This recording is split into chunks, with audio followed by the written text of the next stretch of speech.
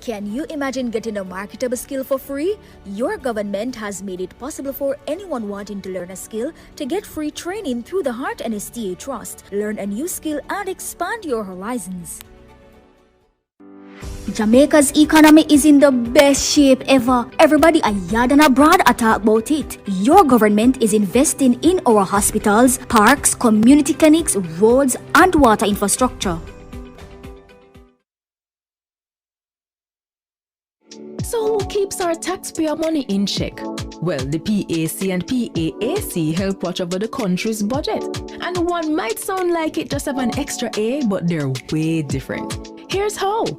The PAAC and PAC are two committees that watch the money. The Public Accounts Committee reviews government projects after them close. They do a post-audit check to see what problems arose with the costs and call officials to explain decisions that cause budget mismanagement. And then they recommend corrective action. So the problem will happen from when, not happen again. But what about the money we are spending right now? The PAAC. That's how Public Administration and Appropriations Committee pretty much means your money will protect as it happen we check. While projects go on things are accurate. As government spend the nation's budget, PAAC reviews it. They examine proposals and summon officials to find problems before them don't use it. So the PAC and PAAC are two parliamentary committees that watch over the country's wallet to protect the budget and keep it in check. And you can get involved. Just visit jampja.org.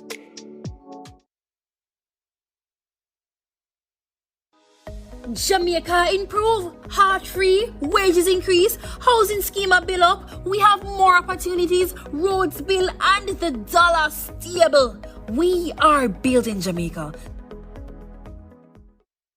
Heart and STA Trust now offers a $100,000 grant to heart-trained individuals running businesses for over a year.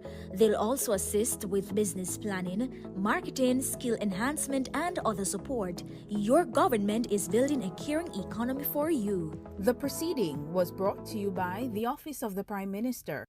We want you to enjoy the beauty of our island home, and that includes your beaches. That is why we are upgrading at least 9 beaches and equipping them with restrooms and other amenities for your comfort. Jamaica's beaches are your beaches. Your government cares about your recreational environment. Our pensioners are our society's backbone, and we want to make sure they are cared for. That is why the annual pension exemption and age relief exemption has been increased to $250,000 each. You have worked hard for your country, and we want you to have a little more peace of mind in retirement. Your government is caring for you. The proceeding was brought to you by the Office of the Prime Minister. We know you want better roads in your towns and communities. That is why through the Spark program, your government is allocating over $40 billion over 2 years to fix your community and rural roads. $20 billion will go towards fixing smaller roads in every area, with $150 million allocated per area. The remaining funds will be distributed based on road length and condition, ensuring areas with greater need receive more assistance. Your government is caring for you. The proceeding was brought to you by the Office of the Prime Minister. I can. You can. We can. Let's all take the pledge to end gang violence now. Report what you know. Call 811-311-119 or visit the nearest police station. A message from the Ministry of National Security. Do you wish there were a way your community could get funding to improve a school, health center, sports program, and more? There is! It's the Constituency Development Fund. Here are a few things you probably didn't know about the CDF and how you can make it work better for you. The CDF policy promotes citizen participation in community development and protection of taxpayers' funds. It outlines that MPs are to meet with citizens at least once every 2 years to agree on the projects needed. You know, it used to be once a year. We should really go back to that. Projects developed without community consultation are not to be approved by the bipartisan CDF Parliamentary Committee. There are 26 government agencies that implement projects, usually for a small fee. Funds are provided directly from the Office of the Prime Minister to the implementing agency, not through the Member of Parliament. The CDF unit monitors project costs and implementation, so if you have questions about how the CDF are run in your community, contact them. To ensure no one project or community gets all the funds, there are 6 project categories with spending limits for each. There must be no less than 5 and no more than 20 projects each year. To learn more, visit jampja.org to view your MP's CDF info and tell them how this fund has impacted you. If you don't see your MP's CDF reports, then put them under little pressure, man. Call, tweet, email. Ask them when they'll submit it and when is the next CDF meeting. Change is possible. It's already happening. What we need is you. A message from the Jamaica Accountability Meter Portal, funded by the European Union and the Inter-American Development Bank in partnership with the Private Sector Organization of Jamaica. Heart and Estate Trust now offers a $100,000 grant to heart-trained individuals running businesses for over a year. They'll also assist with business planning, marketing, skill enhancement, and other support. Your government is building a caring economy for you. The proceeding was brought to you by the Office of the Prime Minister. Young Jamaicans up to 35, your government will reserve up to 10% of NHT housing solutions over the next 5 years, just for you with 100% financing up to 15 million Jamaican dollars. This is how we are empowering and breaking the cycle of poverty meaningfully. Your government is caring for you. The proceeding was brought to you by the Office of the Prime Minister. No more guarantors for student loan. Your government cares about your education, and we don't want you to ever have to worry about going to university. The Students' Loan Bureau has a loan for you so you can focus on your future. Your safety and security continue to be our priority. We are seeing a downward trend in major crimes, and we are investing $650 million in technology improvement for our police force to provide greater coverage across Jamaica by 2028. The proceeding was brought to you by the Office of the Prime Minister. I saw you want to live. I walk and look over your shoulder. No sleep at night. I wonder if your family is safe, your mother, your brother, your sister, your youth them. And when you get catch, are you alone? But not there to help you. You have to talk for yourself a court. And then when you're gone behind the bars, them see them on their road. I live them life and I enjoy life. Gang violence don't make no sense. Leave gang violence alone. Let's work together and make Jamaica a safer and peaceful country. Let's all live good. A message from the Ministry of National Security. We care about our minimum wage earners. That is why we increased the minimum from the previous increase of 13,000 to now 15,000. And as our economy continues to improve, you can look forward to even more increases. Your government is caring for you. Heart and Estate Trust now offers a $100,000 grant to heart-trained individuals running businesses for over a year. They'll also assist with business planning, marketing, skill enhancement, and other support. Your government is building a caring economy for you. The proceeding was brought to you by the Office of the Prime Minister. Most Jamaicans will tell you corruption in politics is deep-rooted, and that's just so it's said, and nothing can do about that. But actually, there is, and another 152 countries are doing it. It's called asset declaration, and it works best where citizens themselves understand it and help to ensure the law is enforced. Corruption happens when public officials abuse their power to benefit themselves, family, or associates. Jamaica's Integrity Commission Act was designed to prevent corruption, and here are 5 things you should know. 1. Under this law, every year MPs and senators must report what they earn, own, and owe. And if they don't, they'll be sanctioned. 2. Their report must include the same kind of information for their wife or husband and children. 3. If they get a gift worth more than $100,000 from anyone who's not family, they must declare it. 4. A summary of the declarations of our Prime Minister and opposition leader must be published where the public can read it. 5. Parliamentarians can now be prosecuted by the Integrity Commission. They can be fined up to $2 million or serve up to 2 years in prison if they don't file their declaration or if they give false information, and $500,000 for not filing on time or ignoring requests for information.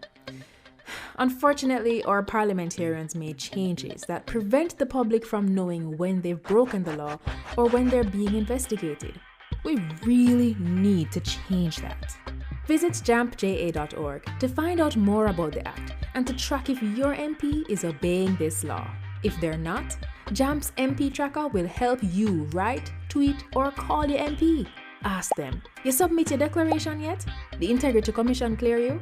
Let's help the Parliament stay honest. A message from the Jamaica Accountability Meter Portal, funded by the European Union and the Inter-American Development Bank in partnership with the Private Sector Organization of Jamaica.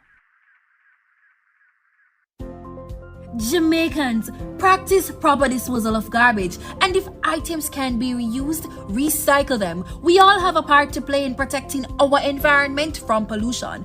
We are building Jamaica. It must stop. It have to stop.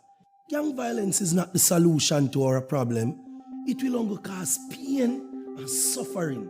Let's find non-violent ways to solve our conflict. Let's work together to create a safer and peaceful Jamaica. Let's all live good. A message from the Ministry of National Security.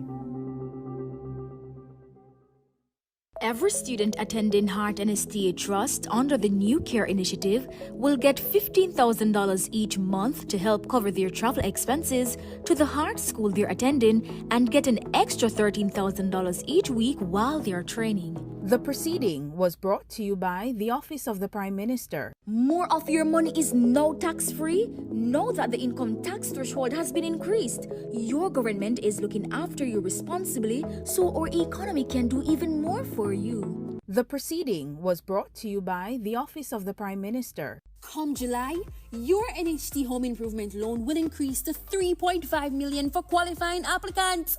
Your government is caring for you.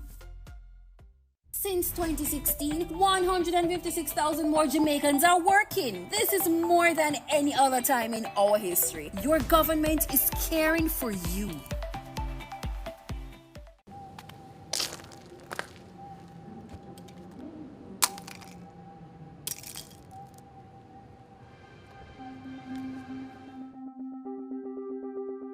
It must stop. It have to stop. Gang violence is not the solution to our problem. It will only cause pain and suffering. Let's find non-violent ways to solve our conflict. Let's work together to create a safer and peaceful Jamaica. Let's all live good. A message from the Ministry of National Security. Remember that big project the government announced them was going to from when? You ever catch yourself a wonder what happened to it? Stop wonder like an outsider and start move like the country belong to you. You have a right to publicly owned information, and the Access to Information Act gives you that power. I know you have enough questions about how government are run or not run, so let me show you how it works. Say mosquito spraying going on in your community, your children asthmatic and you want to know what chemicals are in it. Or what about that Auditor General report on a public official getting twice his salary with no proper approval? Is your taxes and you want to know if they paid it back? First, do some basic searching to see what is already on government websites. If you don't see what you're looking for, make a formal ATI request by completing the application form on the ATI site or sending a letter or email. And remember, you don't have to say why you need it. It is your right to know. Make sure you send your request to the right agency, and once they confirm receipt, they get 30 calendar days to provide the information. A maximum of 60 if extra time is needed. Yes, I know you want access to everything, but sensitive documents are protected from the public for up to 20 years. For example, documents that would expose a citizen's personal privacy, or those dealing with cabinet discussions, the Governor General's office, or information on the investigative activities of the security forces. Any public officer who tries to destroy or hide any official document can be sanctioned. And if you're having difficulties, the ATI unit will help. So, what if the chemicals in the mosquito spray are toxic? What if the agency did not even try to get back the money they paid out? Call or email your MP. Share the concern, because as your elected representative, they can represent your questions to the government ministers in the House. Remember, it is the job of parliamentarians to monitor and hold the government to account on your behalf. Is not every country give citizens this kind of power, you know? And at 20 years we have this law, and we barely use it. So access information and mind your business, Jamaica. Visit jampja.org today to see what information we access to make it easier for you to hold the government to account. Let's do our job to make Jamaica land we love, Jamaica land we own, and Jamaica land we run well. A message from the Jamaica Accountability Meter Portal, funded by the European Union in partnership with the Private Sector Organization of Jamaica. Can you imagine getting a marketable skill for free? Your government has made it possible for anyone wanting to learn a skill to get free training through the Heart and STA Trust. Learn a new skill and expand your horizons. Jamaica's economy is in the best shape ever. Everybody ayad and abroad talk about it. Your government is investing in our hospitals, parks, community clinics, roads, and water infrastructure. Can you imagine getting a marketable skill for free? Your government has made it possible for anyone wanting to learn a skill to get free training through the Heart and STA Trust. Learn a new skill and expand your horizons. Jamaica improve, heart free, wages increase, housing scheme bill up, we have more opportunities, roads bill and the dollar stable. We are building Jamaica.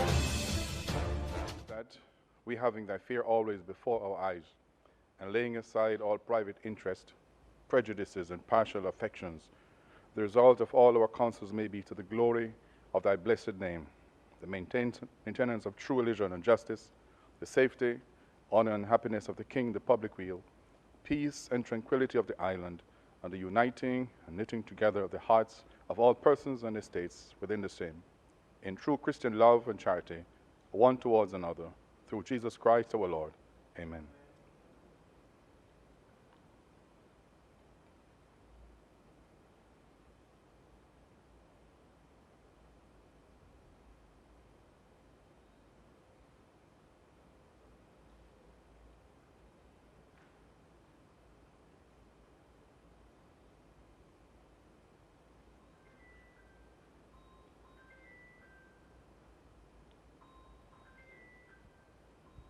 You may be seated.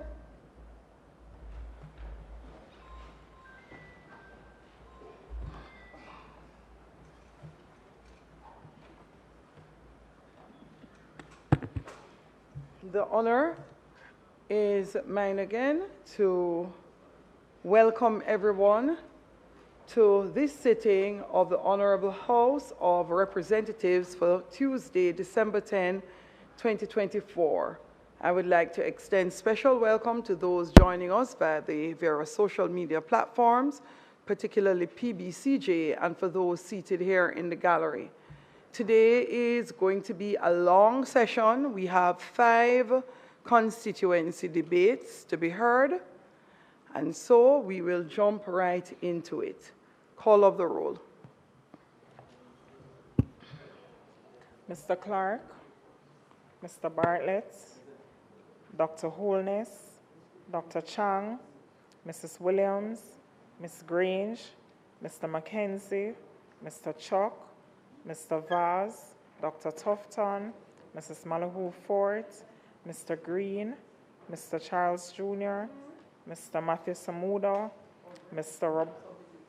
Robert Morgan, Mrs. Cuthbert Flynn, Mr. Main, Mr. Davis, Mr. Terrelong, Mr. Hutchinson, Mr. Witter, Dr. Dunn, Mr. Brown, Dr. Brown-Burke, Dr. Charles, Mr. Chin, Mr. Cousins, Ms. Crawford, Ms. Daly, Mrs. Dalrymple Philibert, Ms. Davis, Mr. Golding, Mr. Graham, Dr. Guy, Ms. Hamilton, Ms. Hannah, Mr. Enriquez, Mr. Henry, Mr. Hilton, Mr. Jackson, Mr. Lawrence, Ms. Lee, Mr. Miller, Mr. Montague, Ms. Morrison, Mrs. Nita Garvey, Mr. Paulwell, Mr. Phillips,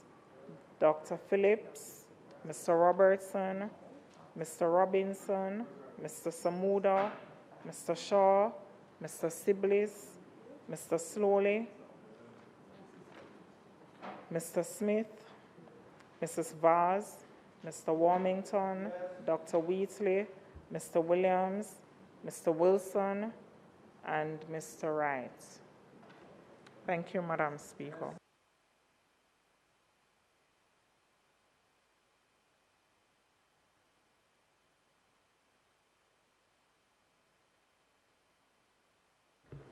House Leader will be right with us. We're actually going to take some guidance. Madam Speaker, thank you very much for the indulgence of the House, as we had a small consultation a while ago. Madam Speaker, the agenda for today is a very packed one, and it requires a level of efficiency on the part of our presenters, particularly in relation to the debate as we close the State of Constituency debates this afternoon. We also have the Bank of Jamaica officials here, and our minister is detained a little bit in terms of time, being involved in another very critical matter at the ministry. So, Madam Speaker, we will proceed with the agenda in its form, and then we can go straight to the statement. Yes, we have a statement by a minister at a later point, not at this point in terms of the agenda. Madam Speaker, I beg for a 5 minutes recess to allow for us to just tidy up, so the House Leader on that side and myself and you, Madam Speaker, to just tidy up the business of the day. May it please you, Madam Speaker.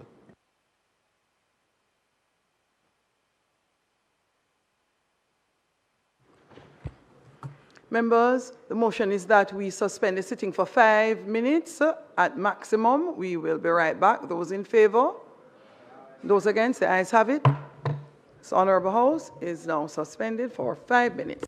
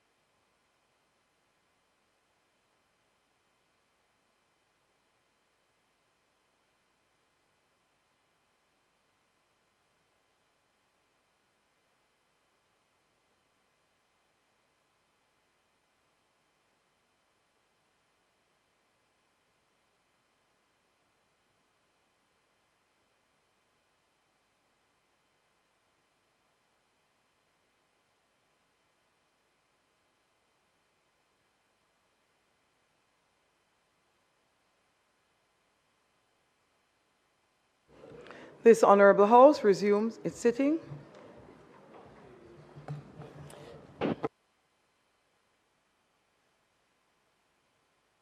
House Leader, I'm going to sit and I'm going to just do a reminder of procedure, and I'm hoping this is the second and last time. If the House breaks, when the Speaker walks back into the House, the members are required to be standing. And it's my second time. And you are not supposed to be standing with your back turned and having a good chat and lucky enough to be standing. You're required to be standing. And the gavel alerts the Marshal and the House that we're going to replace the maze and recommence the sitting. Right, so members, House Leader, first, thank you for your indulgence. Yes, member, would you be so kind as to use the mic, member?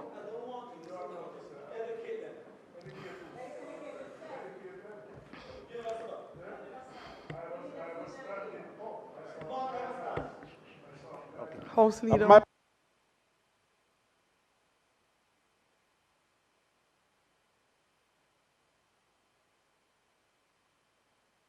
Yeah, Madam Speaker, thank you very much, and thank the House for its indulgence in allowing us to work through this small issue that we had to deal with, and I appreciate the support of the Leader of Opposition Business in this regard.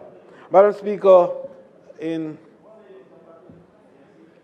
order to ensure the smooth moving of the agenda, I beg to move for the suspension of all the items leading to public business, so as to allow the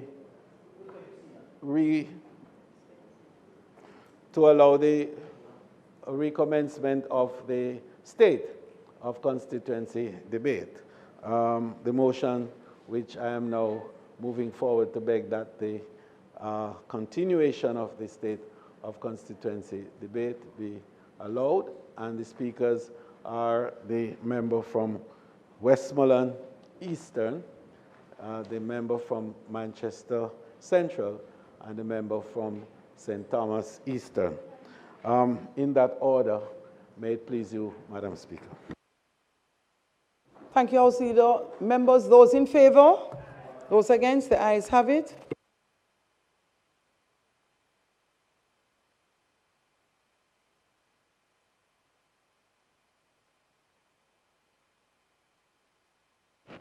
No.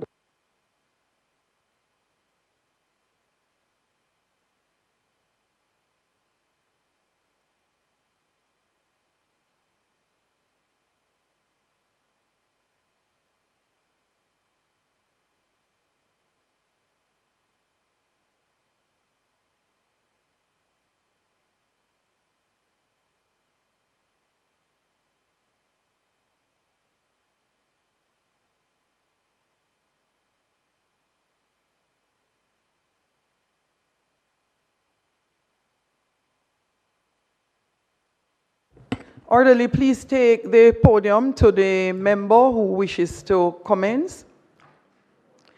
We will first hear from the member from Central Manchester. Central Manchester.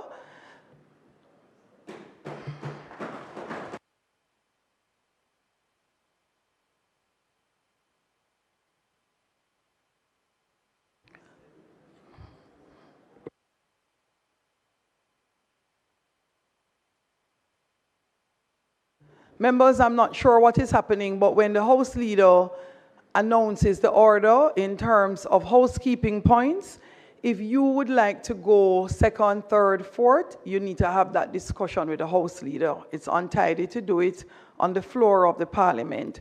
So if you're switching around, members, you need to consult with the House Leader.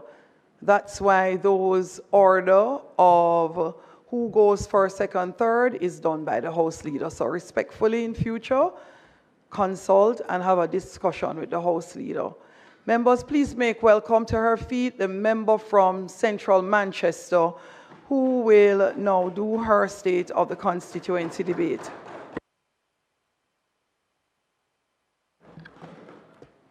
Madam Speaker, with pride and a deep sense of purpose, I rise to account for the steadfast work and solid achievements as Member of Parliament for Manchester Central, a constituency now regarded as a model for others to emulate. Hear, hear.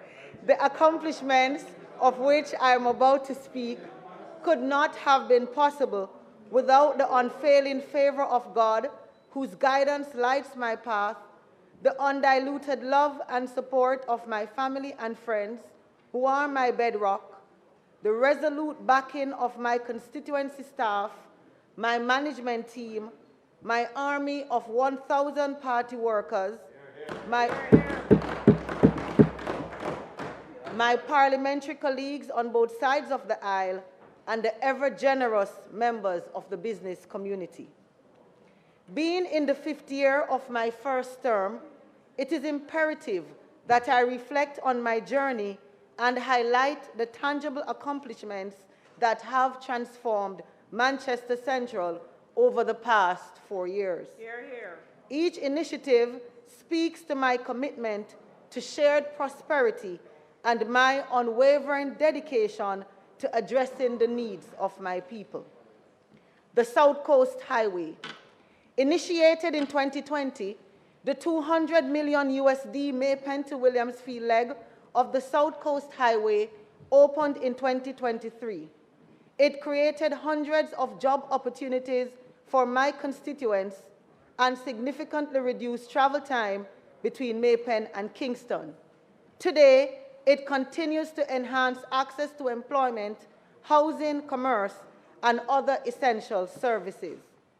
The Greater Mandeville Water Improvement System. Significant progress has been made on this project, with well pumps installed, aging infrastructure replaced, and a new 200,000-gallon steel tank constructed. Over 5,000 customers now access water for the first time or benefit from improved supply. Wow, for the first time. Upon completion in a few months, approximately 35,000 residents, including those in neighboring Manchester and St. Elizabeth constituencies, will enjoy reliable access to this essential resource. Hear, hear. Mandeville Traffic Management System. The 80 million JMD system, launched in 2021, addresses persistent congestion in Mandeville. Phase 1, which has already been completed, demonstrates improvements including new turning lanes, expanded two-way roadways, signalized intersection, better drainage, and rehabilitated roads, resulting in safer and smoother travel. Good government. Phase 2, which is about to commence, will see further enhancements to traffic flow along key corridors. Housing solutions. In 2021, we delivered 112 units under the Perth 1 housing development, including 80 service lots and 32 bedroom units, while constructing 5 3-bedroom units through the whole program. In phase 2 of Perth housing, 42 bedroom units and 10 service lots have already been handed over. When phase 2 is completed, a total of 458 two-bedroom units and 773 service lots will become available. Additionally, 9 families now have homes at no cost to them under the Hope and Indigent housing programs, with the 10th recipient soon to receive keys. Also, preparations are underway to break ground in 2025 for the Mount Nelson and Albion developments, which will offer hundreds of affordable housing for low-income earners. Good government. In the area of justice, significant strides have been made. Mandeville now boasts Manchester's first family court, equipped with state-of-the-art technology, a first-of-its-kind victim support unit which provides counseling and critical services to children affected by domestic violence is also now fully operational. the newly commissioned Justice Center offers key Ministry of Justice services, including restorative justice, child diversion, and mediation. Additionally, plans are underway for a regional complex in Mandeville to handle cases from Clarendon and St. Elizabeth. Education and road improvements. The 87.17 million JMD special education block, dubbed Campus 2, is a transformative development for students with special needs. It will see expansion shortly to fully relocate the Albion Primary School. Further, advanced plans are in place to improve facilities at the following high schools: Belfield High School, Belair High School, Mayday High School, Mount St. Joseph High School, Manchester High School, and the Carteret College. Madam Speaker, over the past 4 years, 170 million JMD was invested under the RoadAfix program to improve Manchester Central's road network. Current efforts focus on rehabilitating 23 new roadways through the following initiatives are underway: Christmas Patching Program, REACH Program, JBI Grant Funding, a program which supports constituencies impacted by bauxite mining, TPD funding allocated to each constituency for constituency projects, and the SPARK program.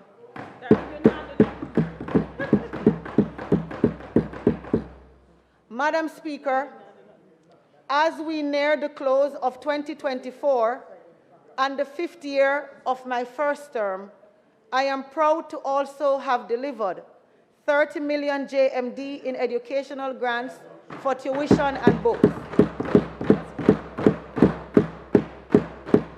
5 million JMD to various sporting programs, 5 free community Wi-Fi hotspots, 3,496 funeral and medical grants, 1,500 skills training and certification opportunities, 610 building grants, 522 farming grants, 435 technological devices, laptops and tablets, 279 entrepreneurial grants, 170 farm work opportunities, and 301 water tanks.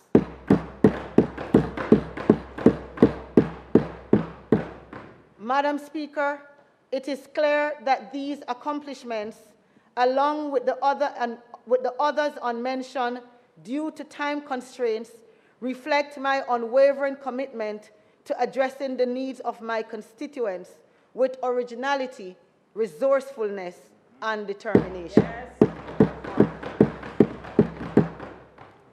The journey continues, and much more will be delivered in the first year of my second term. Right. Madam Speaker, on behalf of the people of Manchester Central, I thank you. All right. Good job. Second term loaded. Thank you. House Leader.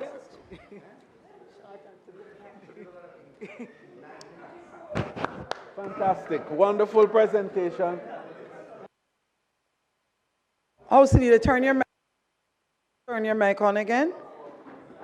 Madam Speaker, this truly is an outstanding presentation, and I really want to commend the member, not only for the content of our presentation, but the brevity and the wit that entails. And I want to congratulate her.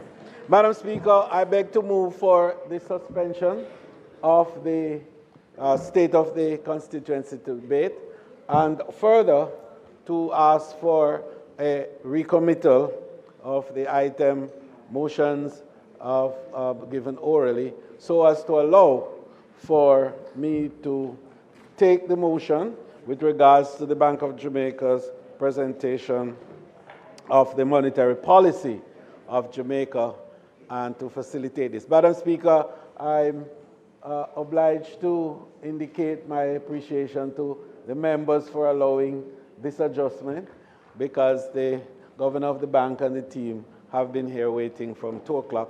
I think that it is appropriate that we should try and bring them. So the motion is before you, Madam Speaker. So members, we would do one single announcement to facilitate this process of going to standing finance and hearing from the BOJ, and we will also take the item motion to facilitate the standing finance committee for the purpose. Members, those in favor? Those against? The ayes have it. Clerk?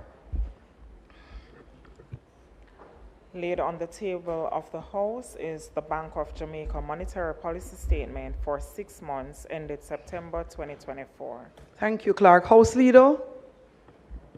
Madam Speaker, I beg to move now for the item notice of motions given orally to preempt the other items before it, so as to allow me to move the motion with regards to the Bank of Jamaica's monetary policy statement.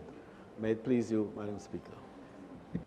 House Leader actually took both of them. Yes, House Leader. So you may go right ahead, the House Leader. Madam Speaker, orderly would need to call BOJ. So House Leader, please prepare. Not as yet. Madam Speaker, on behalf of the Minister of Finance, I beg to give notice that at the next meeting of the House, I will move the following motion. Be it resolved that the Bank of Jamaica Monetary Policy Statement for the 6 months ended September 2024, which was laid on the table of the House on the 10th day of December 2024, be referred to the Standing Finance Committee for consideration and report. Madam Speaker, I further beg to give notice that at a later stage today, I will move for the suspension of the standing orders to enable me to take this motion. May it please you, Madam Speaker.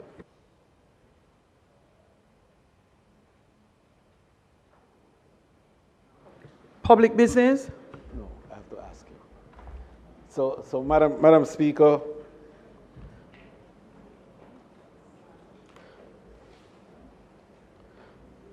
Madam Speaker, I now move for the suspension of the standing orders to enable me to take the motion, notice of which I gave earlier. Thanks, House Leader. Those in favor? Those against? The ayes have it. Please set up very, very quickly. House Leader? Yeah, Madam Speaker, I now ask that the motion be approved. The question is that the motion be approved. Those in favor? Those against? The ayes have it. Madam Speaker, I ask that the meeting of the House be suspended for the Standing Finance Committee to meet to consider the Bank of Jamaica monetary policy statement for the 6 months ended September 2024, which was laid on the table of the House on the 10th day of December 2024. Thank you, House Leader. Those in favor? Those against? The ayes have it. The meeting of the House is suspended for the Standing Finance Committee meeting to be held. Please call in BOJ. We are now in Standing Finance Committee members.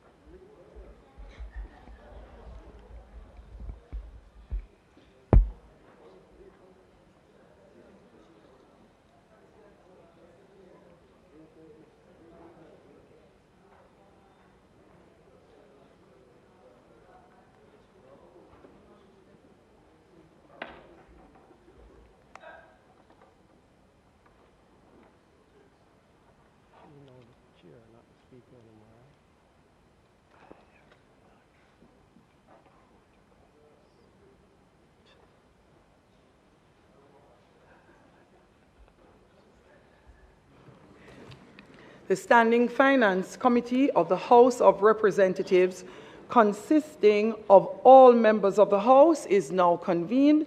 May I ask Minister Malahoo Ford to pray for us? Thank you. Let us bow our heads and hearts in reverence before the Almighty God.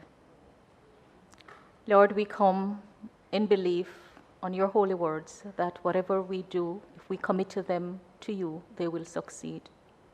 We thank you for the privilege of serving our fellow man in the respective roles that have been entrusted to us. As we deliberate on important matters of state and nation, we ask for continued wisdom and guidance, so that whatever we do will be done to your glory and honor. Amen. Thank you so much, Minister. Members, you would have remembered that on the 10th day of December 2024, the House of Representatives, by resolution, referred the Bank of Jamaica monetary policy statement for the 6 month ended September 2024 to this committee for consideration and report.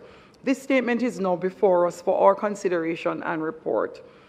This committee is now ready to start its deliberations, and I'll ask the leader of the House to inform us on how we will proceed. Thank you very much, Madam Chair. The proceedings will flow directly to the Bank of Jamaica. I think that both sides will forego the opening comments in order for the governor of the bank to make his statement. May it please you, Madam Chair. Thank you.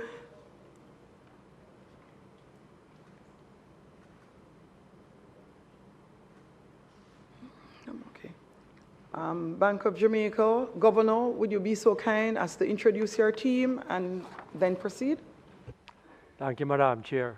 Members, good afternoon.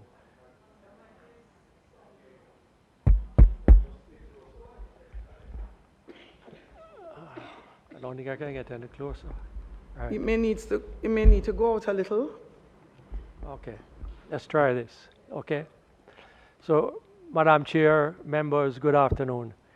Today I have with me Dr. Wayne Robinson, who is the Senior Deputy Governor, Dr. Judea Lewis, Deputy Governor in charge of financial institutions, and Mr. Robert Stennett, who heads up our economic research division. It is a pleasure for me to once again participate in this meeting of the Standing Finance Committee. My remarks will largely be focused on our recent policy decisions, which are aimed at fulfilling our primary mandate of price stability. These remarks also provide updates to some of the data contained in the bank's report to the committee. The bank's Monetary Policy Committee last met in November of this year and decided to continue the gradual easing of its monetary policy stance. The bank's policy rate was lowered by 25 basis points to 6.25%, effective on the 22nd of November 2024. The MPC also reaffirmed its commitment to ensuring continued stability in the foreign exchange market.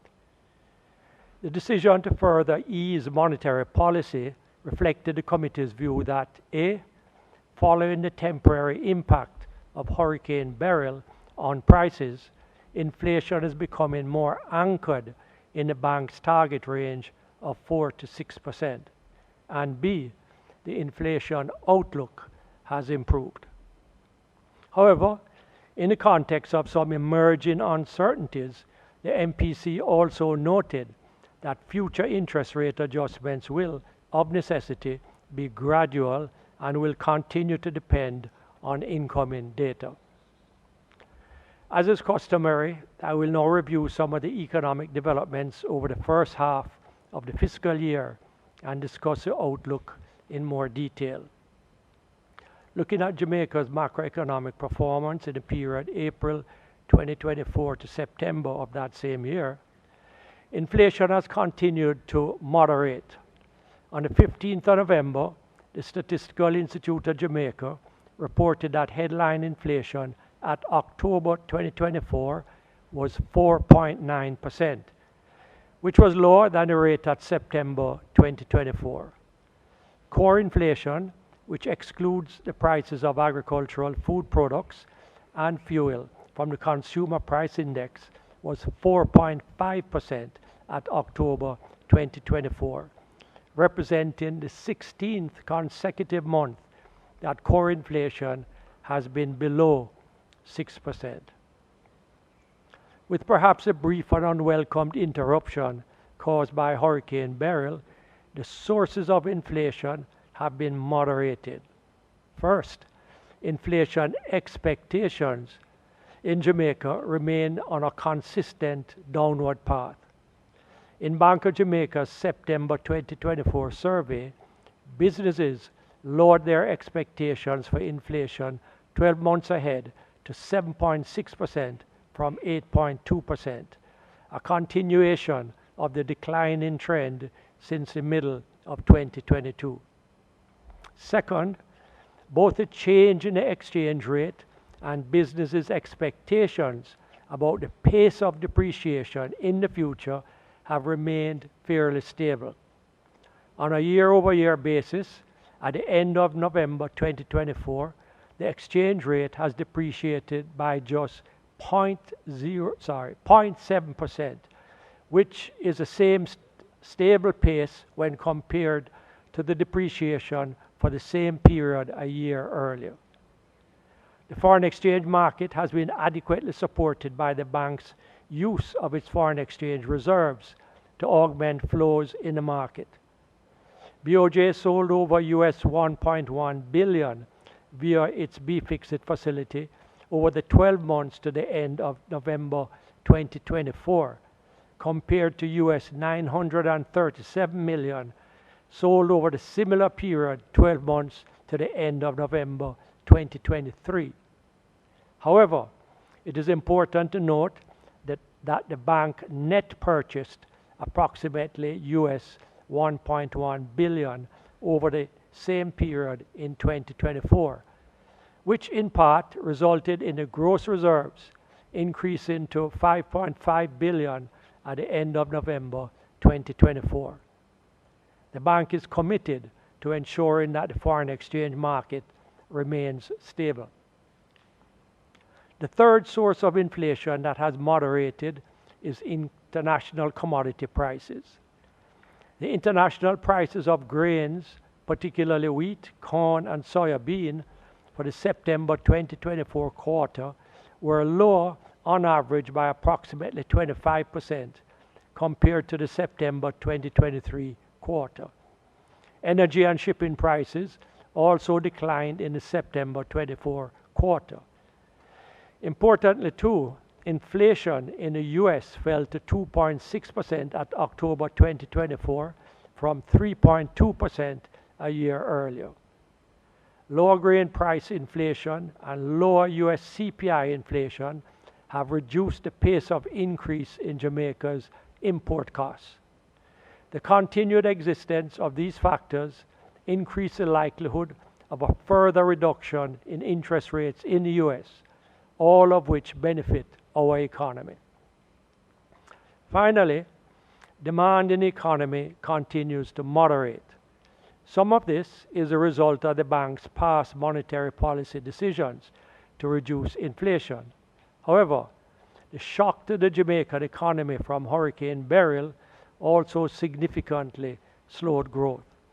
The Jamaican economy is estimated to have contracted over the 6 months to September 2024. We also operate that through our systems. Issuing of currency is also BOJ. So these mission critical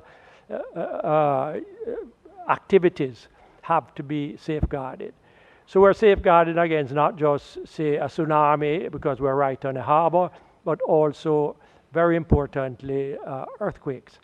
So we try to get a property that is not on the same fault line as the Bank of Jamaica. So that way we can minimize the risk and has to be at least 5 miles away from our current site. So that's a technical advice that we have. Where we currently are now, which is in New Kingston, on a very small postage stamp lot, that lot has 2 parking spaces, 1 entrance and exit, and is totally inadequate. Where we are now, where we have acquired, allows us 3 entrances and exits, and allows us parking for staff, as well as the ability to retrofit the current building that is on it, as well as to augment that building for all of our currency transactions. So, you know, unless we want to rely on a third party, all currency that moves every day emanates from BOJ, and to the extent that that location facilitates it, we thought it was really important to do it.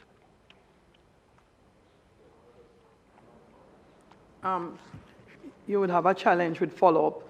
So members, if you believe you would like to ask additional questions, and this is for everyone, if you are on the floor, meaning you're on your mic, and you think you may have something else to ask, it's best not to turn it off. Because what has been happening to us, we have to turn off everybody's mic to start the process again. All right?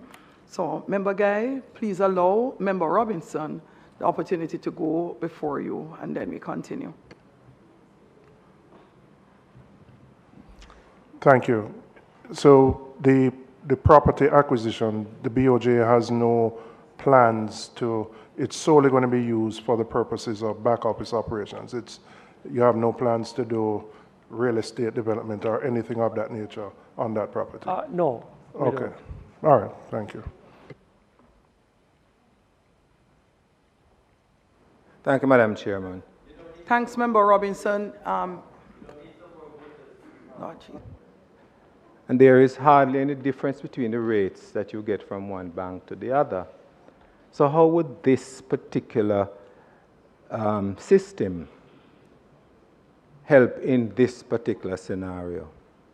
We know that elsewhere it would work, but we are borrowing something that, and I commend the establishment of it, but the banks are where the challenge is in terms of all of them charging the same interest rate, all of them charging the same on savings rate, whatever pittance they give. So how does it help the customer, the consumer out there in your establishing this? Second question. Governor, you mentioned that in the September quarter, that grain prices were reduced by about 25%, if I got you correct. Shipping costs came down, energy costs came down, inflation rate in the USA came down. But we don't see none of this translated into the prices in the local economy. Because when the price of corn was very high, the chicken producers in this country, the poultry producers, claim that the reason for the increase in the price of chicken meat was because of the increase in the inputs. Now that we have seen that whatever caused the inputs to increase on the international market the prices have fallen, and this is probably not in your remit, but why is it that we're not seeing translating into a fall in the price to the consumers of the same products that they claimed were increased as a consequence of the inputs? If I could start with the last question. Yes, but inflation has fallen in Jamaica at 4.9%. It's the lowest it has. Yes, so the 25% reduction in commodity prices is this September compared to last September. And the change in the inflation rate, it was 4.9% this October, and is probably 6 point something last, 6.9 in December of last year. So inflation has come off as those prices have come off too. So between 6 and 5, that is at least 15%, 20%. And in 2022, it was as high as 11.8%. The other point you raise about the banks operating as a cartel, well, I don't know that they operate as a cartel, and there are differences, especially at the margin. And what you'll find is that the money market rates have been very sensitive to the BOJ policy rates. So those have moved quite in tandem, and we're very happy with that transmission system. But if you have a market where two institutions dominate and they say this is the price, it's very hard for other institutions to better that price. Especially on the cost side, they may say, why do I have to do so? And on the lending side, they are unable to do any better. So the solution is to democratize more the banking situation so that there is more even competition, and where that competition can drive prices up and down accordingly.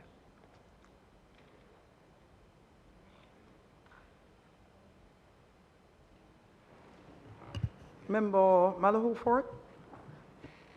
Thank you, Madam Chairman.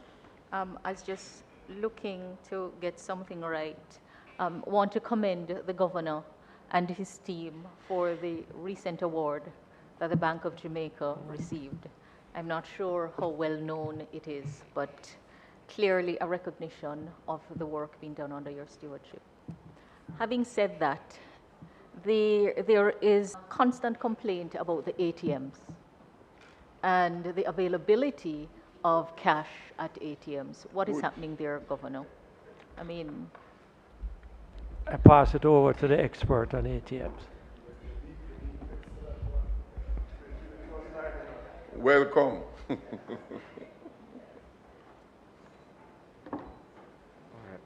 Thank you. Thank you so much for that question. So we would have implemented a service level standard for ABMs in April of this year, and we have been tracking the performance of each DTI on a monthly basis and publishing those reports both on our website and in both major newspapers.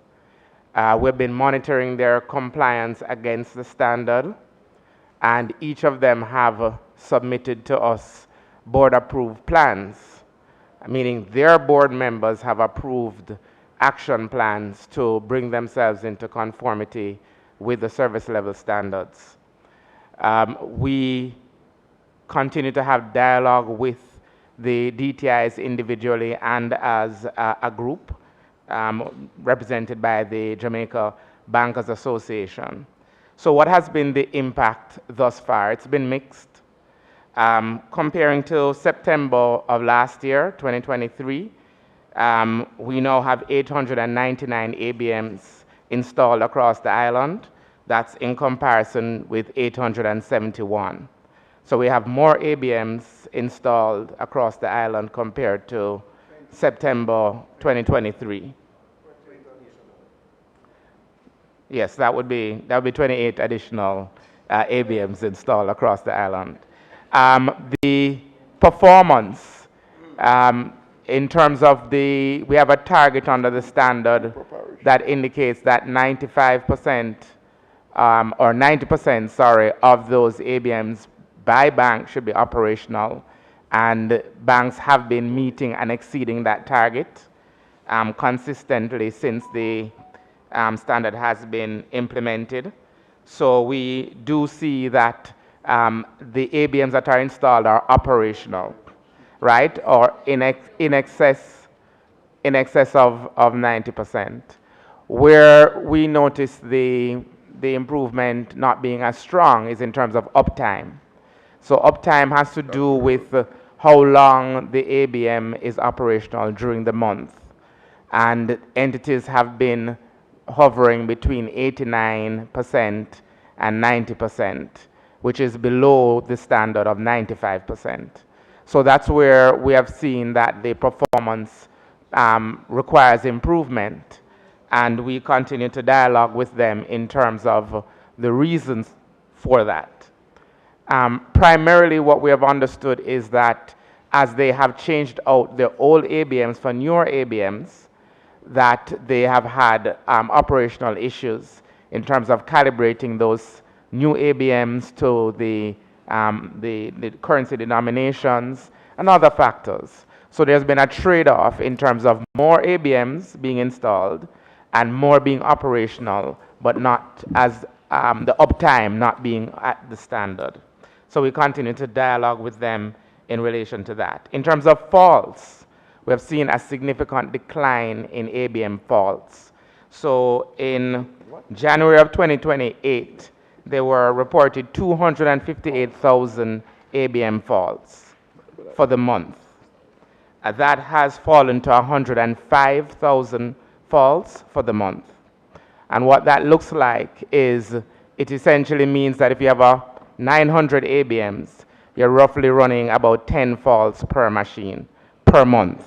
So that is quite commendable because, well, we monitor cash-in faults. That is when customers are trying to deposit funds in the ABMs. We monitor cash-out faults. That's when customers are trying to retrieve cash. And then we have a catch-all for miscellaneous faults. And that 105,000 ABM faults as at September 2024 is everything together. In terms of cash-out faults, that is well under 10,000. And in terms of the cash-in faults or deposit errors, 17,000 per month. So that's 17,000 faults for roughly 900 ABMs per month. So we're seeing tremendous effort by DTIs to ensure that their machines are operating in a way that allows them to deliver the service. But they're not there yet in terms of the uptime, which is currently at 89% relative to the 95% set in the target. We can verify that independently because we do have, so recall that all ABMs are connected to a centralized system, JETS, and we do get the data from that independent system. So we get the reporting directly from each DTI, and we can back check that with the information that comes from an independent system. And so we do have that, and we have had extensive dialogue with them, which is why we have seen some of these improvements. In terms of recovery time, at the beginning of the process, there were instances where the time to bring up an ABM once it's gone down was over 10 hours. It's now at 3.2 hours. So we have seen improvements there. This is per bank? No, this is all together. So it includes urban and rural. It includes urban and rural. So, but, right, so, now recall they have not reached the benchmark because for urban it's 1 hour and for rural it's 3 hours. So overall they're at the 3-hour mark. So there's still room for improvement. So, member, I know that there's a lot of angst in Parliament and in the public about ABMs and cash, especially in the rural areas. There is a proposal where the government and the banks would work together jointly to establish ABMs in areas that maybe not economical to have an ABM, but which would provide a great public service. And I would commend that to members here to pursue, and I, on my side with the banks, have discussed it with them, and I think that they are prepared to look at it. Well, what you find is that there are certain geographies where it doesn't make economic sense to put a $500,000 US machine. So to the extent that the government is prepared to put up some of that capital or to subsidize the operation of that machine, but it is available for the public to use. Otherwise, what we'll find is that the banks that are profit-driven will always drag their feet in expanding the network. So I think it's a proposal that is deserving of pursuit.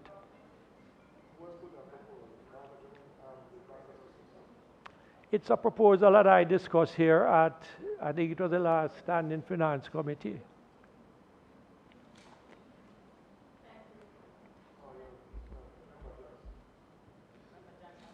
Member Jackson, you're next. Thank you very much, Madam Chair.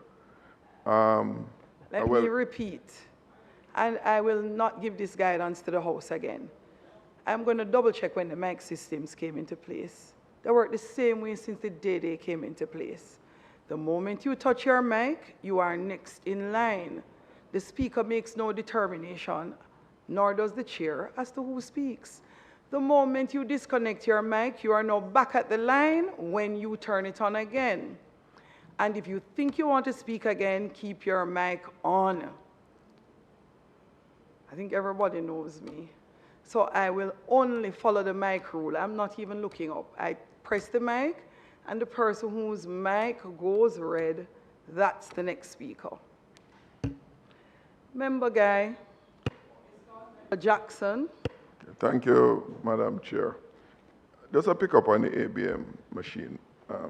My colleague have touched on it, but a couple of points, Governor. I'll start with the last one you mentioned first.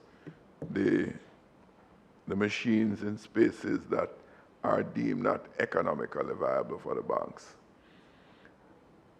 You know, if that principle was to be applied to the JPS, many rural areas wouldn't have any electricity. And in many markets, you have some high revenue customers, you have some high revenue areas, and you have some low revenue areas. But if it is approached from the perspective that full coverage or near full coverage is desirable to serve the society, it can't be that the banks cherry pick those high density areas and those in the relatively low density area suffer altogether. The level of business in the high density areas is expected to carry those in the low density areas. That's one I want to make.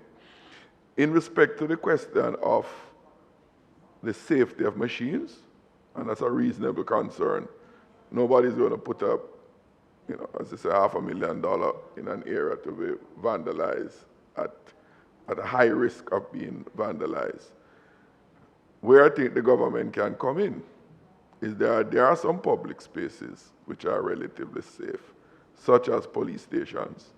And many of these rural towns take place like even in Claremont and other places like those and some other rural towns. We can list them, that there's a police station.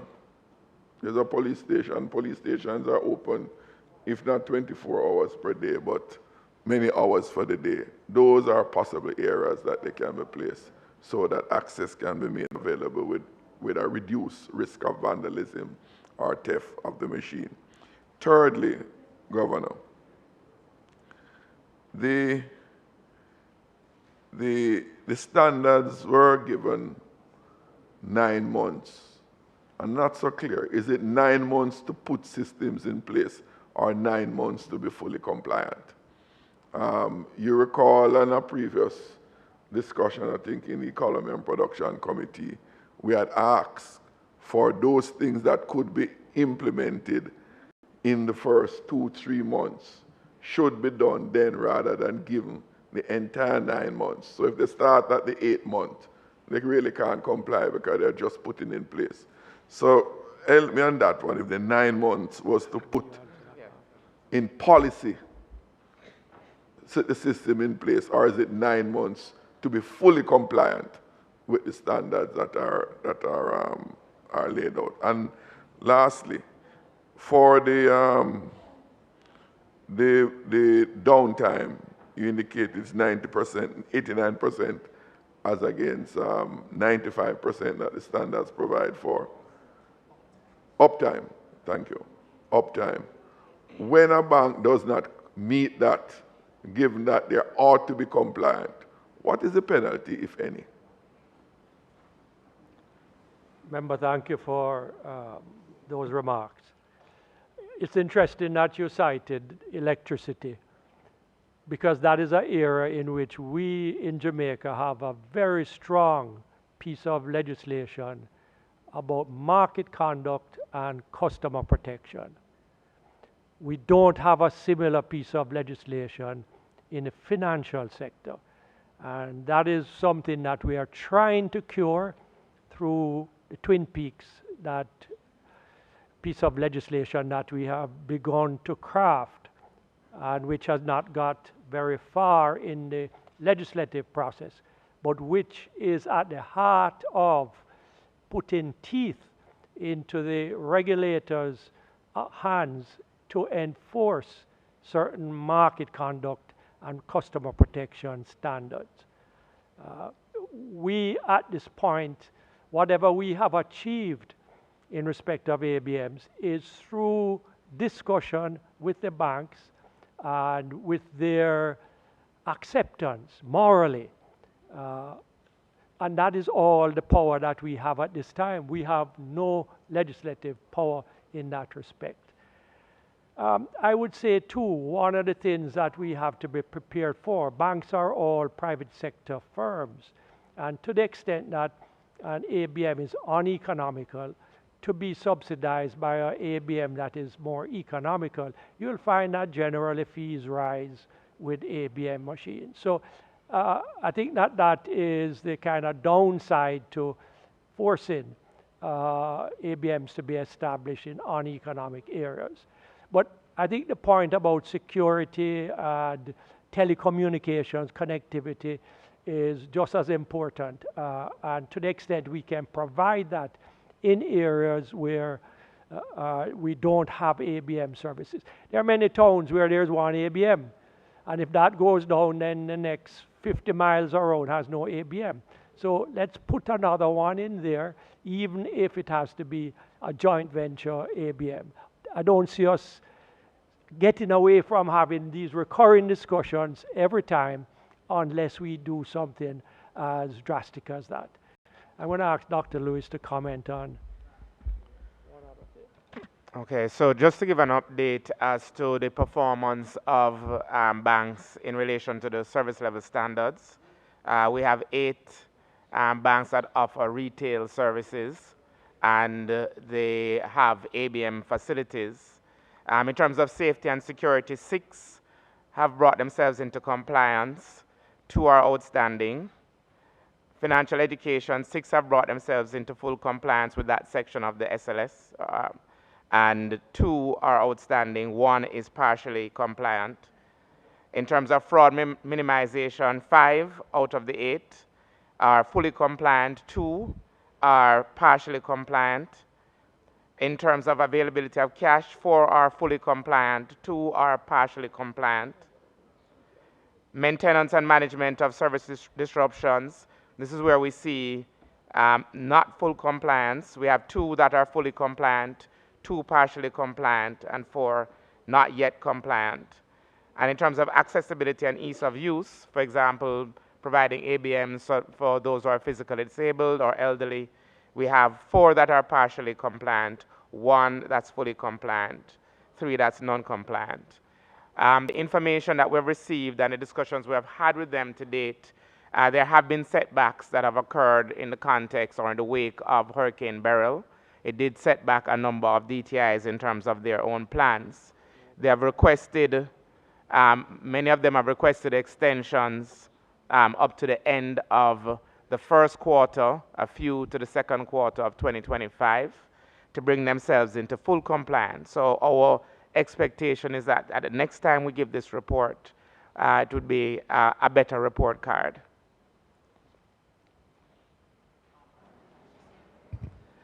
Thank you very much, Chair. Good afternoon, everyone. I'd like to just add my voice to the discussion on ABM in rural areas. As a rural member of Parliament, I see the issues daily. We have communities like Richmond, which is a town, has no ABM. We have Castleton, and Castleton Garden in particular, that sees hundreds of people, there's no ABM. But I do accept your your point, Governor, with regards to private sector and the interest that they have. But the question I really want to ask is, in a service level agreement that you currently have, is there any way we could either look at a renegotiated service level agreement that looks at accessibility, and this is not accessibility from the disabilities side, but just for persons being able to access ABM in a particular geographical area, so at least persons can be served adequately? I think we can, but I think we're going to end up at the point where who is going to put that ABM in?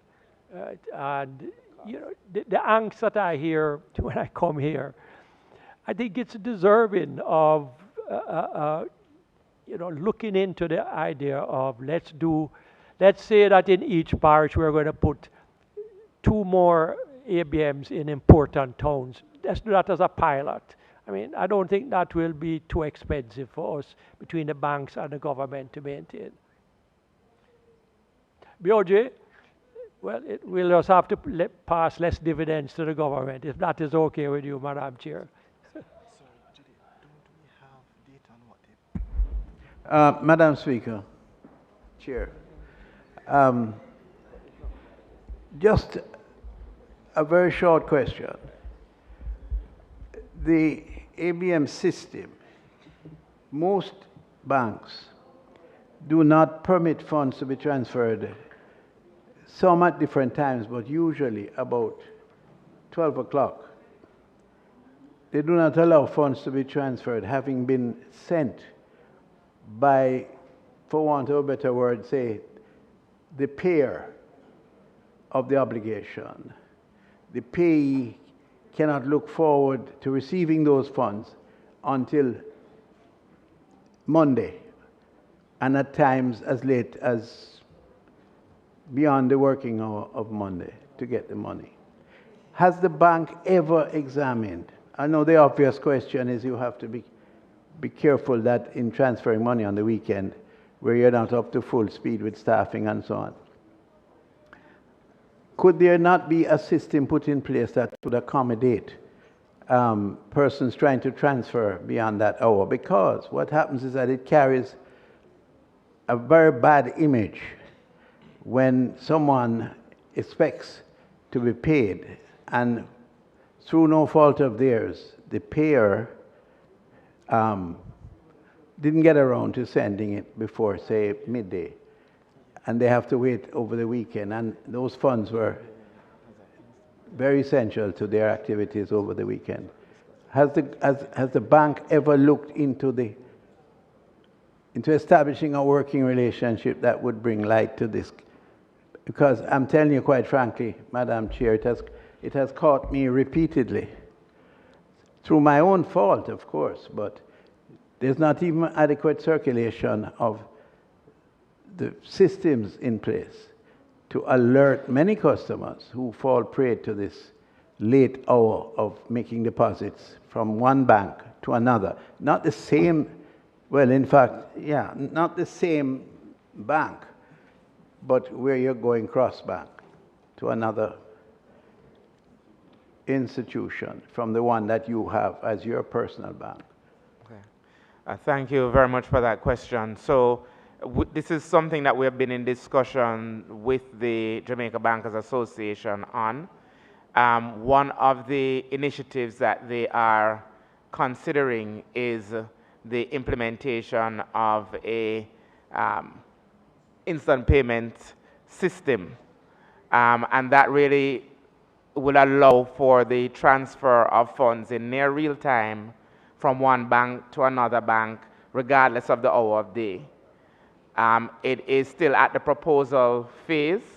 I'm sure they could be invited to make representation on their initiative and their intentions, but that would, I think, address that particular concern of funds not settling on the same day when it's being transferred from one retail bank to the other retail bank. So that's something that has been discussed. I believe there is broad support for it across the banking sector, and I believe they're in a position to give a fulsome update as to where they are on that matter. Well, I certainly hope that you will have great success in bringing it about, because it carries with it a sense of reputational damage to the uninitiated. In other words, somebody not aware of the technical reasons why you can't get the funds transferred at the same time or even that day end of. They think you don't have the money. And so you hear they will say things like, the bank don't send no money. And you say, but the money has been sent because I've made the order, but it don't arrive. So it creates in their minds a sense of doubt and uncertainty, an inconvenience to say the least.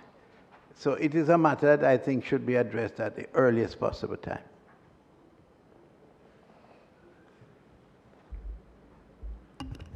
That was your final question / comment to the BOJ. I do not know if you would like to do any summary before we accept the prepared report from the Minister. Is there any other closing statement or comment? Well, no remarks on the statement itself, Madam Chair. Just to say, Member Malahoo Fort raised the issue of the award that the Bank of Jamaica got from Global Finance. It's a rating of A-, which is excellent. I raise it only to say that Jamaica has a good central bank. It's one that we have preserved for decades. It's not good just today. It has always been very good, and it's to our merit that we have a central bank that is respected throughout the world. Thank you very much to the team from the BOJ and for particularly having submitted and come here today to review your monetary policy statement for the last 6 months, ended September 2024. Thank you. Godspeed and have a wonderful Christmas holiday. Thank you, and the same to you and the members. Okay, thank you.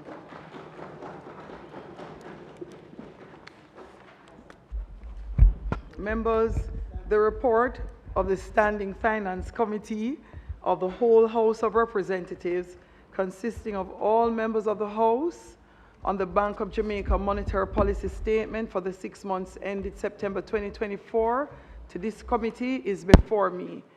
Is it the wish of the committee that I sign it? Those in favor? Those against? The ayes have it. The committee now stands adjourned.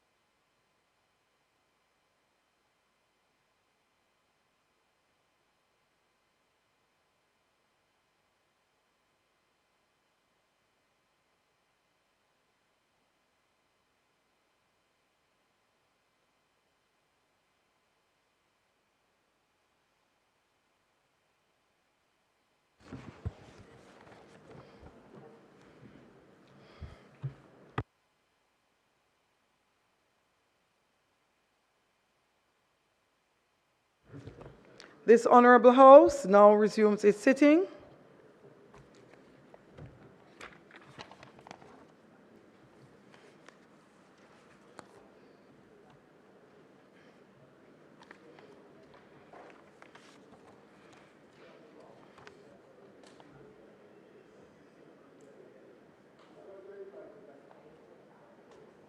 House Leader. Thank you, Madam Speaker. I now ask for the recommittal of the following items: announcements, reports from committees, and notices of motions given orally.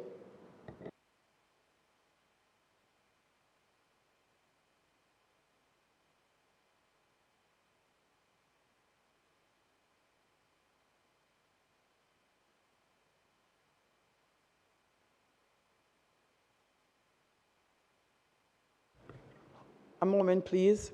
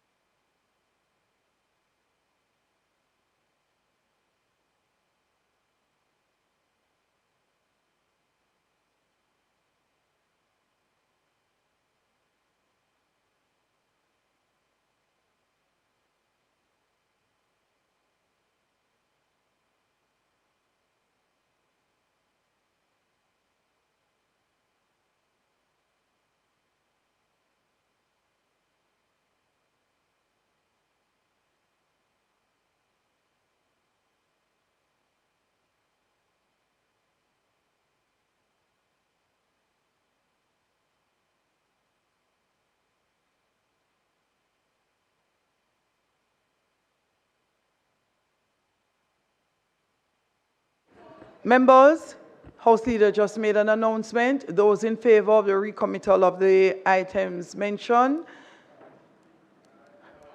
Those against, the ayes have it. Clerk. Laid on the table of the House is the report of the Standing Finance Committee of the whole House of Representatives, consisting of all members of the House of Representatives, on the Bank of Jamaica monetary policy statement covering the 6 months ended September 2024.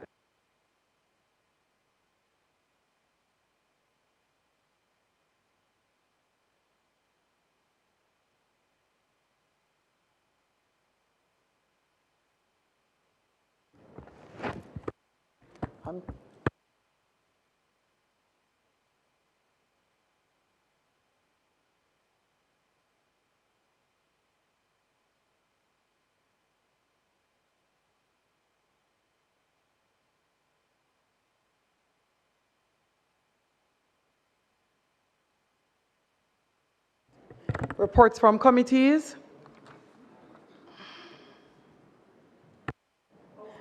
Thank you, Madam Speaker. Madam Speaker, I beg to lay on the table of the House a copy of the report of the Standing Finance Committee of the whole House of Representatives, consisting of all members of the House, on the Bank of Jamaica monetary policy statement for the 6 months ended September 2024 to this committee, which was laid on the table of the House on the 10th day of December 2024. Notices of motions given orally, House Leader. Madam Speaker, I beg to give notice that at the next meeting of the House, I will move the following motion. Be it resolved that the report of the Standing Finance Committee of the House of Representatives on the Bank of Jamaica monetary policy statement for the 6 months ended September 2024, which was laid on the table of the House on the 10th day of December 2024, be approved. House Leader, I'm going to ask that we continue and then we would go into public business from there. Thank you, Madam Speaker. Madam Speaker, I further beg to give notice that at a later stage today, I will move for the suspension of the standing orders to enable me to take the motion. Thank you. Thank you, House Leader. House Leader, since you're on your feet, I'll go into public business, and you could just complete your segment here before we take the continuation. Thank you, Madam Speaker, for your generosity. Madam Speaker, I now move for the suspension of the standing orders to enable me to take the motion, notice of which I gave earlier. The question is that the standing orders be suspended to enable the minister to take the motion, notice of which he gave earlier. Those in favor? Aye. Those against? The ayes have it. So, Madam Speaker, we have already discussed the matter. And so, on the motion, we have discussed the matter on the motion and asked that it be approved. Thank you, House Leader. The question is that the motion, notice of which Minister gave earlier, now be approved. Those in favor? Those against? The ayes have it. That is beautiful. House Leader, we have already heard one member. The listing was given prior. I see member from Westmoreland, Daniel Lawrence, here, Eastern Westmoreland. I note that one other member was called. Eastern, somebody else was. Madam Speaker, I asked for a recommittal of the State of Constituency debate, and we have two remaining speakers. We have Mr. Daniel Lawrence, MP Westmoreland Eastern, and Dr. Michelle Charles, MP St. Thomas Eastern. And then we will conclude the debate. Those in favor? Those against? The ayes have it. So we're at public business still, continuing the State of the Constituency debate. Members, please make welcome to his feet MP Daniel Lawrence, member from Westmoreland Eastern. That sounds pian. Members, make welcome to his feet.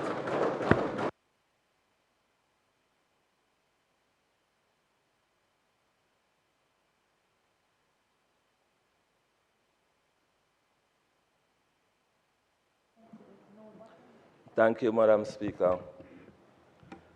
I am seeking permission to speak from a seat that is not mine. Permission granted, member.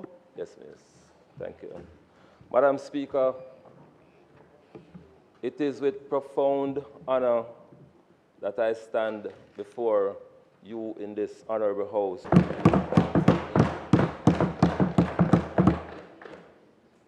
Madam Speaker, being able to stand as a proud representative in a constituency which I was born and raised is not to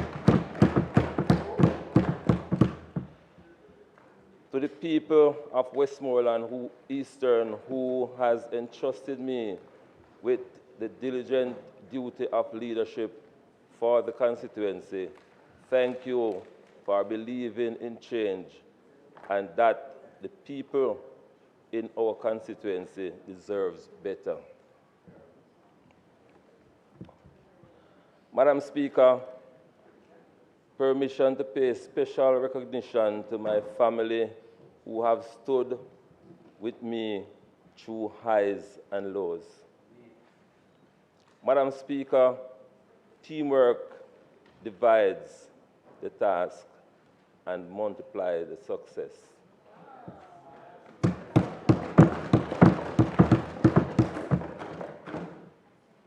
Therefore, I must recognize my 4 divisional caretakers and my constituency management team who have all been the elastic in the constituency that still manages to regain their shape even when stretched.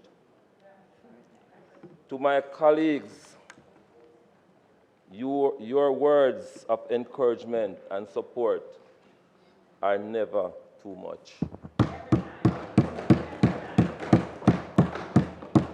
Madam Speaker, I will not be long today, as my presentation will be like a skirt, long enough to cover the impact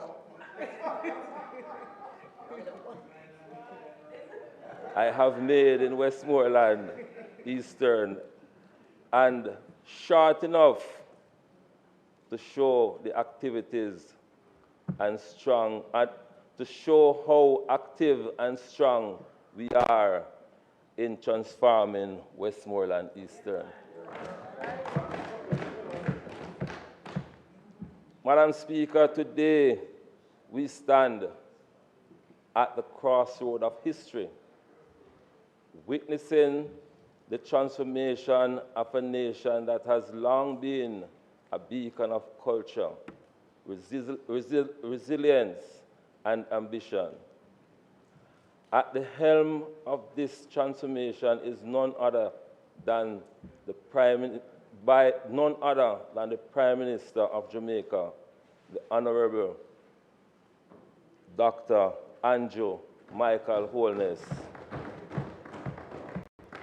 a leader whose vision is propelling the country into a future of unprecedented possibilities.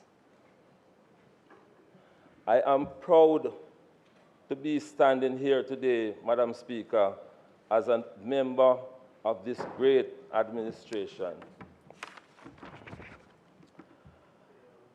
Madam Speaker, Westmoreland Eastern is an agricultural-based constituency.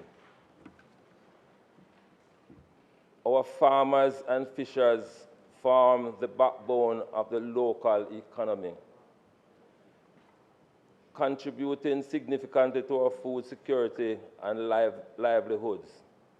However, like everywhere else, they face challenges of unpredictable weather conditions, rising costs, and most recently, the crippling effect of Hurricane Beryl.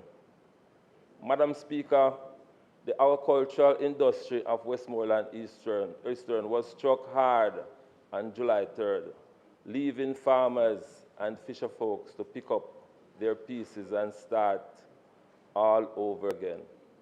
Luckily, the government of today, and by extension, our Agriculture and Fisheries Minister, Honorable Floyd Green, has hastily stepped in to provide farmers and fishers with much needed assistance.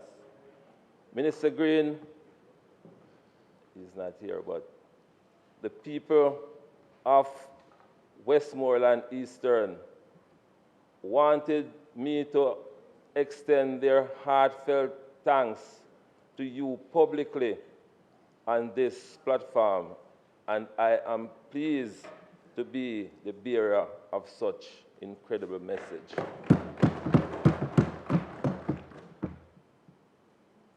The Honorable Minister has also committed to upgrade our fishing infrastructures with cold storage and better docking facilities, looking forward to a greater days ahead. Our future lies in the hands of our youth, and it is vital that we provide them with the resources to succeed. Again, Madam Speaker, Beryl, with destruction under her breath, hurricane rampaged through the schools in Westmoreland Eastern, leaving behind a trail of devastation. No school was spared from minor to major damages. After Hurricane Beryl, we worked hard through our dedication and hard-working former Minister of Education, the Honorable Favor Williams, to have our schools ready for our September 2024 academic school year.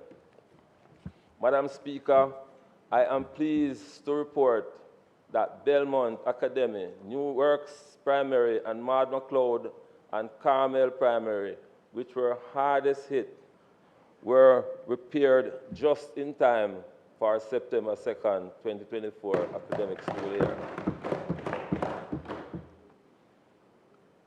As usual, Madam Speaker, in ensuring that our students are ready for the new school year, we hosted 4 back-to-school medical treats where we did free medical, dental, eye testing, and supplies to students in attendance with school supplies. Madam Speaker, over 3,000 bags and school supplies were distributed. Additionally, we allocated $4 million towards book vouchers for students.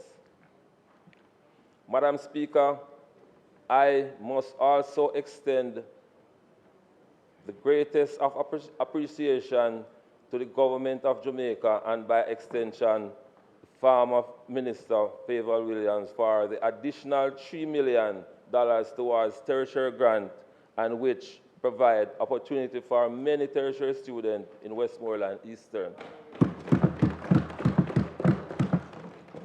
Madam Speaker, I am so proud of the young people who are embracing the training opportunities provided by Hard Trust NSTA.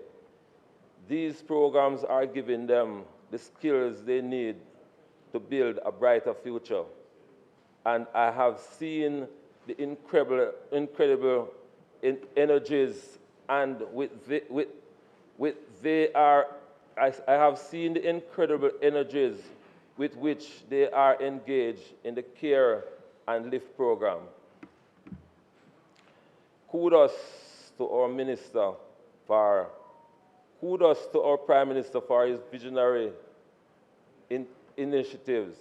The New Works and Beaufort Primary will be benefiting from public and private partnership where both schools are expected to be retrofitted with computers, labs, and digital libraries.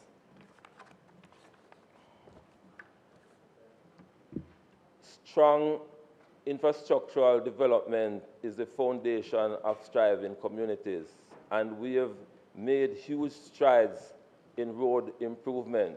Madam Speaker, over the past year, we have continued with our infrastructural development program, which is creating tangible improvement to our roads in Westmoreland Eastern. In my last presentation, I have made mention about work that was ongoing on the road leading from Witton to Darliston. This road is now fully rehabilitated.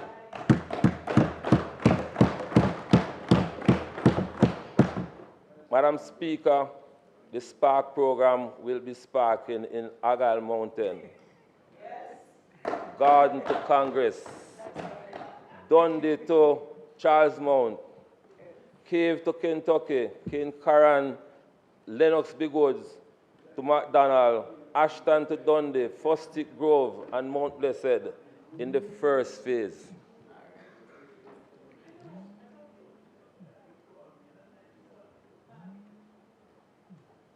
Additionally, Madam Speaker, with the REACH program, we will be reaching roads such as Content to Darliston, Point to Ashton, bottom of Red Hill Road, section of Big Woods, Haas Pass to Amity, and section of Yorkwood and York in Betheltown, just to name a few. Thank you. Madam Speaker, with the new announcement by our Prime Minister, we are expecting a much smoother ride into the new year as most of our main roads will be addressed.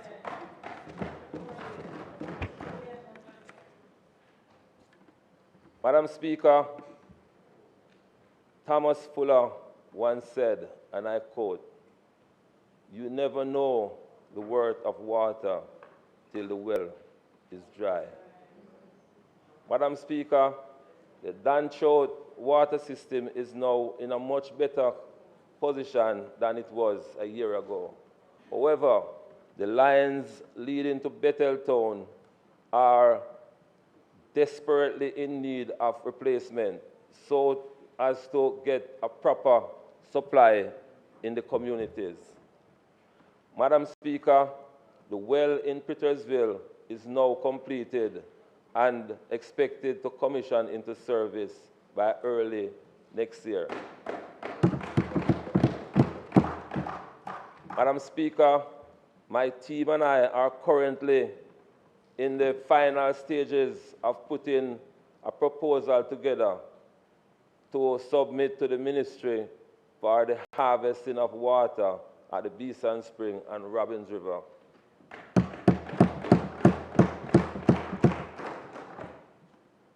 Access to the internet is no longer a luxury. It is a necessity.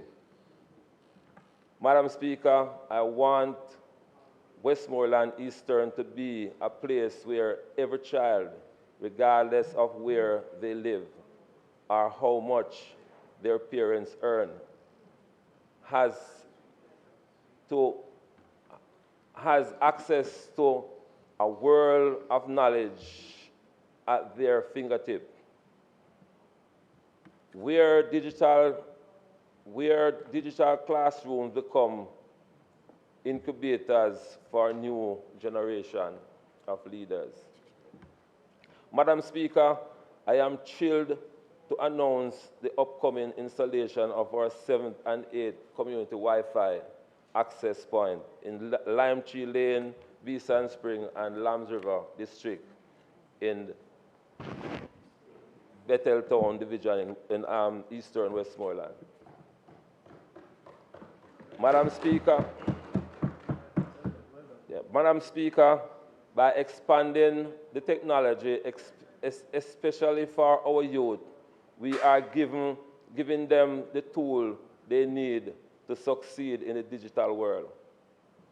Madam Speaker, sports brings people together, and I am excited to announce the launch of the Danny Lawrence Domino Football and Netball League, scheduled to start early next year.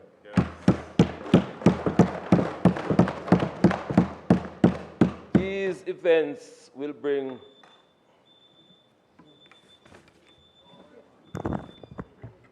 House Leader, the member's time for speaking has expired.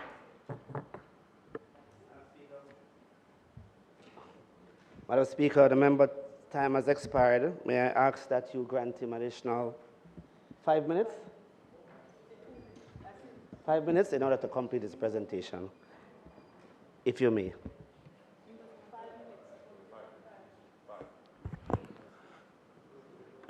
Member, try to move as quickly as you can.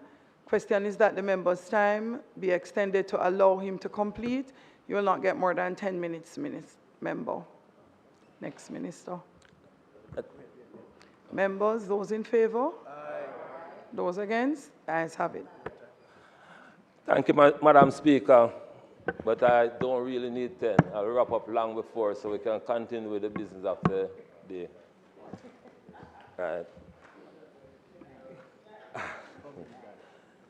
The events will engage members of the communities within the 4 divisions to compete amongst each others in a friendly manner. In concluding, Madam Speaker, in this moment, we are witnessing the dawn of a new era, one where dreams of people in Westmoreland Eastern are being fulfilled, and where the next generation will look back and say, this was the moment when Westmoreland Eastern truly become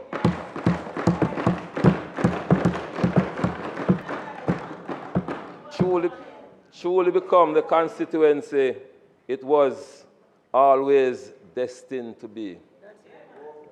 Madam Speaker, as I continue this diligent journey, I pray that the Almighty God will forever grant me with wisdom, understanding, and good health to carry out my duties. God bless the people of Westmoreland Eastern, and God bless Jamaica, land we love. Thank you.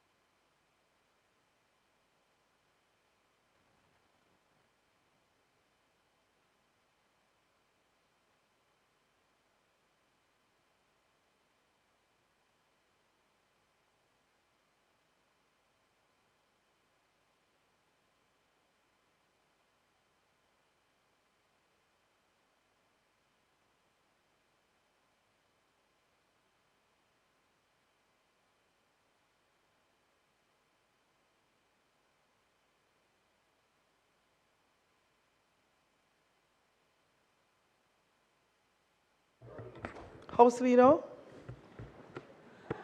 Madam Speaker, I'd like to congratulate the member from Westmoreland Eastern for his presentation and to wish him, of course, all the best in that his words were that the constituency, whatever it was destined to be, it will be under his leadership, and you can see quite a bit of work has been placed by this member of parliament.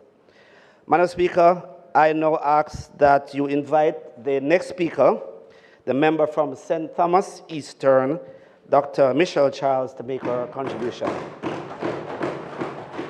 Let's make welcome to her feet the member from St. Thomas Eastern. Members, it's not a lot of us, but we need to give her a good clap, man.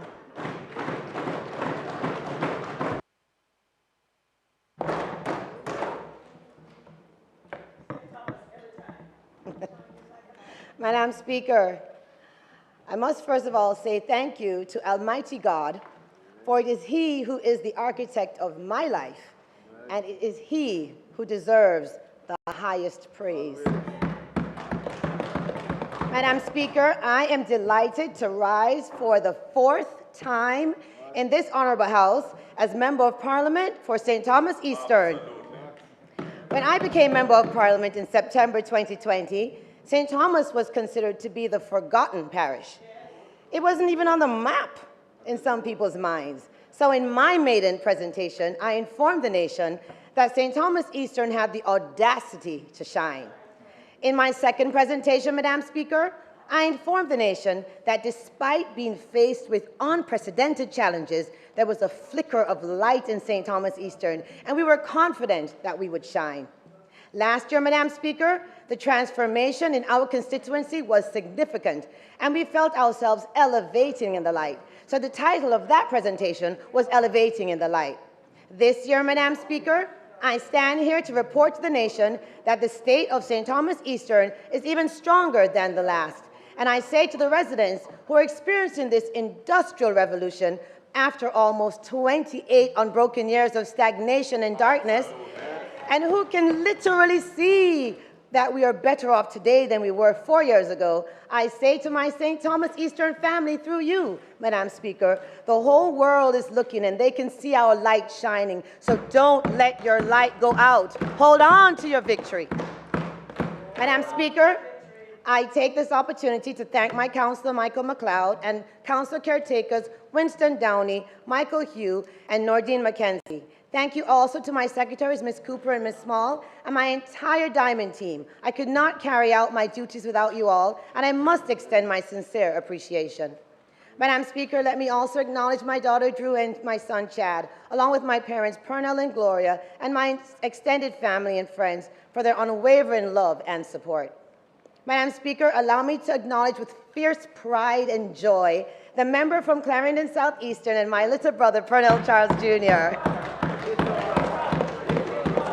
Madam Speaker, I am immensely proud and eternally grateful to have been able to serve our country with him right by my side. Our parents taught us to serve our country from the second we were born, either through medicine or politics, and it has been an unforgettable ride. To you, Madam Speaker, and to our Deputy Speaker, may you both continue to lead us with fairness and impartiality. To our new Clerk of the House and the entire team here in this honorable House, thank you for your dedication and hard work. Madam Speaker, allow me to acknowledge with deep appreciation our Honorable Prime Minister, my parliamentarian colleagues, and the Jamaica Labour Party team who continue to support me as we all work together to build a Jamaica we can all be proud of. Yes. Madam Speaker, we had 2 elections in my constituency this year in the Morant Bay division. In February this year, the opposition candidate won the division by 412 votes. On November the 22nd, Madam Speaker, our newly minted Jamaica Labour Party Councillor Caretaker candidate, Mr. Winston Downey, managed to close that gap, reducing our loss to 124 votes in a traditionally PNP division. Madam Speaker, I would like to especially thank Ms. Rihanna Wright and her team, who worked tirelessly. I would also like to thank Deputy Leader James Robertson and all of Area Council 2 and everyone who took the time out to help with the by-election, including you, Minister Chuck, and everybody. Madam Speaker, they over there had this division for close to 30 years with no development. But our government has brought infrastructure, rehabilitating several roads, and everywhere you go, you can log on to free Wi-Fi. Thank you to Universal Service Fund. Madam Speaker, the Rudolph Elder Park will be completely rehabilitated, and we already have a brand new highway which comes with new water pipes and fiber optics. Our government is building the largest urban center in the Caribbean, slated to open in just a few months and bring in over 4,000 jobs. It is this Andrew Holness-led government that is building Morant Bay, Madam Speaker. St. Thomas has been known as a forgotten parish for years, and they just break ground and toss dirt and shut down things like the Goodyear factory. We bring in cement and block and Kentucky Fried Chicken. So when you look at that space, you say to yourself, built by labor. And Madam Speaker, there's much more to come in Morant Bay. Let me thank TBDCO and the Minister of Tourism for assisting us with building a brand new bathroom and changing area at the Morant Bay Fishing Village, well needed. Madam Speaker, in my second presentation to this House in 2022, we had the audacity to ask the government to consider transforming the old courthouse in Morant Bay into a national museum, which would keep the history of St. Thomas alive. I'm happy to report that the procurement process to engage the services of a consulting firm to design the museum is underway. The tender process closed on November the 11th. A technical committee was formed to evaluate the bids. Is expected to complete the evaluation process by December 12, 2024. It is expected that the design component will be completed by the end of the first quarter in the next financial year. Madam Speaker, the residents of St. Thomas Eastern know that the light is shining. They know that we are a government that they can depend on. And I say to the residents, through you, Madam Speaker, don't hide your light under a bushel. Hold it up and show the world that the light is shining. Don't let your light go out. Hold on to your victory. Madam Speaker, during the period of 2023 to 2024, a total of 51 farmers benefited from water tanks, fertilizer, broiler chicks, and an additional 44 farmers have so far benefited from 2,200 baby chicks and 220 bags of broiler feed as well. We would like to thank the Minister of Agriculture and the member from Southwest St. Elizabeth for all that you have done to help our fishermen and farmers during the Hurricane Beryl Recovery Program and the Fisheries Productive Incentive Program. Thank you, thank you, thank you to the Minister of Agriculture and Fisheries. Madam Speaker, water is indeed the foundation of life. It's essential for human survival, and its importance cannot be overstated. So allow me to spend a few minutes on water. The demand for water in the towns of Morant Bay and East Prospect is steadily increasing due to population growth and planned development within our parish. In response, the National Water Commission is committed to ensuring a reliable water source to supply the capital town of Morant Bay and the growing towns of East Prospect as well. To address this demand, the NWC has identified key infrastructure improvements, including the rehabilitation of the relift station and the upgrading of the distribution network. This will involve the installation of 200 millimeter and 250-millimeter pipelines from the Springfield facility to the Stanton tank. The rehabilitation of the relief station would include the repair of the storage tank and the supply and installation of the new relief pumps from Morant Bay, as well as the addition of a generator and motor control center. Madam Speaker, the Stanton housing scheme is supplied by the Spring Garden facility, which produces approximately 95,000 empirical gallons of water per day. However, the Stanton housing scheme has faced chronic water shortages over the past 20 years. In response, several initiatives have been implemented to alleviate the water supply issues affecting 185 households who have been without water for extended periods. These initiatives include the allocation of over $7.5 million to address pipeline defects, clear blockages, reconfigure the network, and replace sections of pipelines to restore services to customers who have been without water for decades. Madam Speaker, the NWC's Apple Farm system is a surface water system that produces approximately 2 mgd of portable water through the use of 2 vertical turbine pumps units. This system serves several parts of our constituency. Madam Speaker, the communities served by the Apple Farm have long faced challenges with service delivery, particularly in elevated areas like Top House.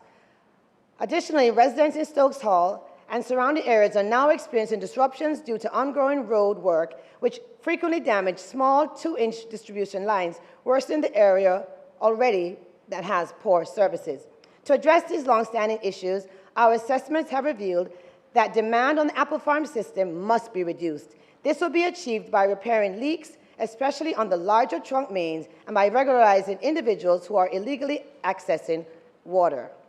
Madam Speaker, allow me to say thank you to the member from Northeast St. Anne for the National Drought Mitigation Program, which is a black tan distribution program, and to Dr. Francis and the hardworking team at the National Water Commission, whose numbers I have on speed dial.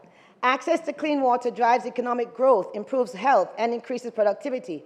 I can declare to you, Madam Speaker, that when it comes to water infrastructure, we are better off today than we were 4 years ago. I say to my St. Thomas Eastern family, your light is shining brighter than it was 4 years ago. So don't let your light go out. Hold on to your victory. Madam Speaker, our constituency continues to spend a minimum of $6 million out of our CDF towards education. Over 1,500 students benefited from back-to-school and tuition assistance this year, including book vouchers, school bags, and uniforms. Allow me to thank the Ministry of Education for the repair of several schools, especially after the hurricane, and for the additional $3 million, which was allocated to assist 38 young university students with their tuition. Madam Speaker, the Ministry of Health, headed by the member from West Central St. Catherine, continues to develop and implement health policies, strategies, and plans to improve the health and well-being of the people of St. Thomas Eastern and Jamaica on a whole. I must thank him. Madam Speaker, community health centers help bridge the healthcare gap in rural areas. They often engage in community outreach programs addressing specific health needs and concerns. They provide emergency care, stabilizing patients until they can be transferred to a larger hospital if needed. Madam Speaker, this year, the Port Morant Health Center and the Arcadia Health Center were completely refurbished and reopened. The investment cost just under $35 million. Madam Speaker, I have traveled the world and visited several health care facilities, and I stand before you to say that the upgrades to our facilities are top-notch and first world. As a medical professional, I am extremely proud of the transformation of our healthcare facilities over the last 4 years.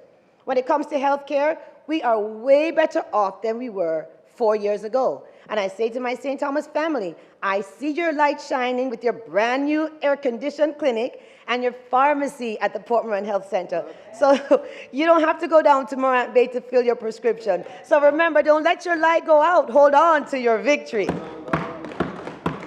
Madam Speaker, the St. Thomas Eastern constituency encompasses 4 police jurisdictions: Morant Bay, Port Morant, Golden Grove, and Bath. A total of 46 major crimes have been recorded across the 4 divisions, and up to this year, 46, versus last year, 74, a decrease of 28. That's 38%. Madam Speaker, 20 break-ins this year to 26 from last year. Another decrease, Madam Speaker. Murder has also gone down in our constituency. So, Madam Speaker, as far as we're concerned, St. Thomas Eastern is developing. We see crime and violence trending downwards. Let me acknowledge and appreciate the hard work and the sacrifices made by the police department. Your commitment to keeping our community safe is invaluable. Madam Speaker, the Ministry of Labor and Social Security continues to play a vital role in St. Thomas Eastern, providing comprehensive support to vulnerable groups within our society, including the elderly, persons with disability, and low-income families. Madam Speaker, one must recognize the significance of the increase in the national minimum wage, the second increase in over a year. Madam Speaker, I had 3 recruitment drives in our constituency where over 400 young people came for security jobs. So I'm happy that there's also an increase in the minimum wage for security guards as well. That's well overdue. Thank you. Madam Speaker, we increased the budget for social pension benefits by a whopping 165%, following an increase in NIS pension for up to 76% last year. Madam Speaker, this government is a positive change that Jamaica needed all along. Everything in this ministry has increased because we can balance the budget and offer economic stability. PATH beneficiaries are also enjoying an increase in benefits as a result of a budget increase of 28.8%. And we must pause to thank this administration for putting the people first. Madam Speaker, the Overseas Employment Program is one that all members of Parliament know is extremely important to our constituents, and we must thank you as well. Madam Speaker, the Rebuild Jamaica initiative aimed at restoring our household and communities that have been severely impacted by Hurricane Beryl has been instrumental in ensuring that most vulnerable among us receive the support necessary to recover from the devastation. Hundreds of persons in my constituency have benefited from this initiative, and I must say thank you to the Minister. Madam Speaker, I cannot just say that we are shining in the East, because with all that I just said, we are shining in the North, the South, the East, and the West. I say to Jamaica, hold on to your light. Stick with this government, the one that you can trust. I know that we might not be the best, but we are better than the rest. Madam Speaker, the roadway between Dumfries and Prospect in St. Thomas Eastern is currently reduced to a single-lane access. The work currently underway includes removal of asphaltic concrete surface. Members' time for speaking has expired. House Leader. Madam Speaker, I ask for the member be given 10 minutes to complete her presentation. Question is that the member be allowed 10 minutes to complete. Those in favor? Those against? The ayes have it. Thank you, Madam Speaker. Madam Speaker, I sat in traffic for almost an hour just trying to get to Pira, so I understand the frustration of my constituents. Some of our drivers are breaking the line and driving dangerously to get to where they're going. Let me first apologize for the inconvenience the motorists are facing as a result of all the works being done, and ask that the operators that are operating vehicles proceed with caution and obey the instructions of the flagged persons and that are the posted warning signs. China Harbor Engineering Company is working aggressively to advance the progress of the works and have given me the commitment to have that section completed prior to the Christmas holiday, if weather allows. Madam Speaker, the flooding in Port Morant Square has been consistently on the news, even before my tenure as Member of Parliament. The former Member of Parliament's office is right there in the square where it floods. Even crocodiles have gone up to that front door during a flood. I remember it flooding in Port Morant when I was a little girl and when Gillette was a little girl. So, Madam Speaker, the parish of St. Thomas is prone to flooding, especially during tropical storms and heavy rainfalls. Several flood damages assessments have been done. So when I see the opposition on TV acting like this is a news and trying to score political points, I have to shake my head. Madam Speaker, let us not forget that it is their government that kept St. Thomas in the dark for almost 28 years. It is this Andrew Holness-led government that brought the light. It is this Andrew Holness government that led government that cares for the people of St. Thomas, bringing the South Coast Highway, which aims to enhance the alignment and capacity of the existing Southern Coast roads. In my first presentation, The Audacity to Shine, I asked the government to consider building a wall right there in front of Fish Cove because of climate change and erosion of our land. And it's this government that is currently building that wall right now to keep the ocean from taking over the land right there at Leith Hall. It is this government that is widening the roadway from single lane to dual lane traffic with a Jersey barrier addressing major flooding and drainage issues. It is this government that is introducing Sparks program and the REACH program. And after all this time, it is this Andrew Holness-led government in collaboration with NWA and China Harbour who will finally fix the flooding problem in Port Morant Square. Madam Speaker, we are not a chaka-chaka government. We don't just build on a hill and then wonder how the road and the water and electricity is going to get to that building. We are a government of order, and we plan and then we build. That is why they call our Prime Minister the Builder. We have a record of achievements, and the residents of St. Thomas Eastern have my word that the flooding at Port Morant Square will be fixed by this government as well. The NWA is currently in negotiation to acquire the land that will build the well-needed drainage system to take the flood water to the sea and solve the flooding problem in Port Morant once and for all. I say to the residents of St. Thomas, we are better off today than we were 4 years ago because you voted for change. We now have a government that understands how to balance the budget and has grown the Jamaican economy for 10 consecutive quarters. This is why we can speak about repairing and building roads. They couldn't talk about that before. Madam Speaker, because historically, when we have fallen into economic decline, it is this Jamaica Labour Party government that changes their course and puts us back on top. We are the party of positive change. So don't let your light go out in St. Thomas. Hold on to your victory. Madam Speaker, a well-developed transportation system is vital for the town's economic growth, social well-being, environmental sustainability, safety and security. I am proud to announce that the Jamaica Urban Transit Company began operating in St. Thomas last Monday with 2 bus routes leaving from Yallis Bay and Morant Bay, respectively. I was excited to be on the first bus ride from Morant Bay to Kingston. I want to personally thank the member from West Portland and the Minister of Transportation for remembering St. Thomas. I know he traveled on the bus to St. Thomas this morning. You see, Madam Speaker, in September 2020, the people of St. Thomas Eastern chose change. Almost 28 years of the other party and nothing to show for it. Today, the people of St. Thomas can ride comfortably in a first-class, air-conditioned luxury bus on a brand-new highway named after our national hero, the Right Honourable Paul Bogle. And you can get to Kingston from Morant Bay in less than an hour. In the first week alone, 2,089 passengers were lifted, Madam Speaker. Not even Montego Bay have a JUTC that come to Kingston from there. We in the East feel special.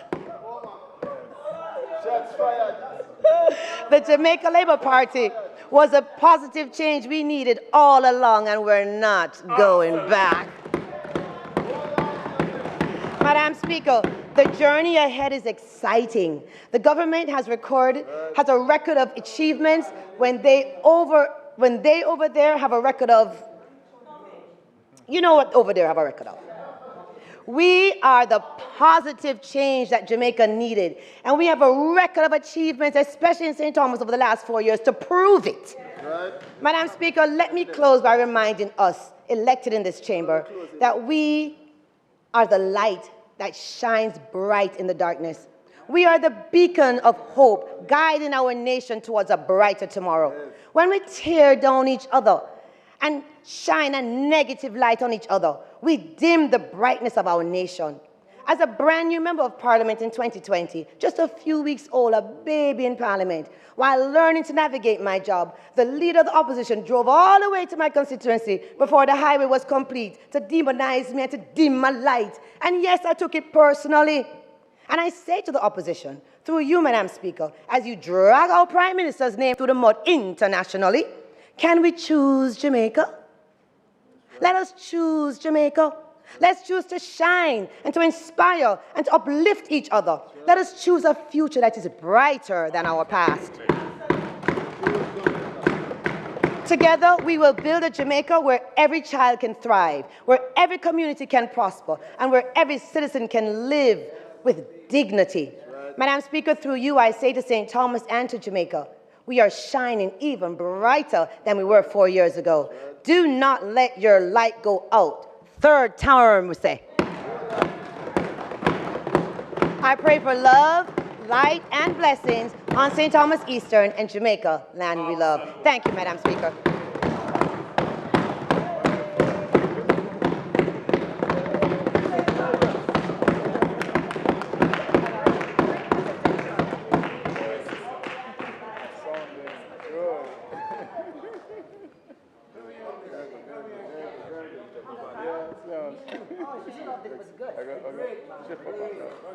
Wonderful. Oh, thank you. Well done.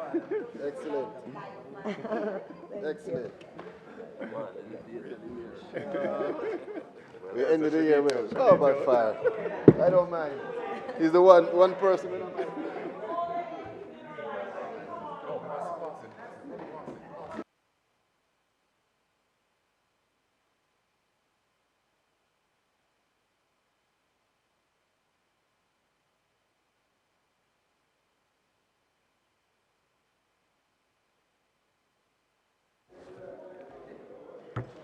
House Leader.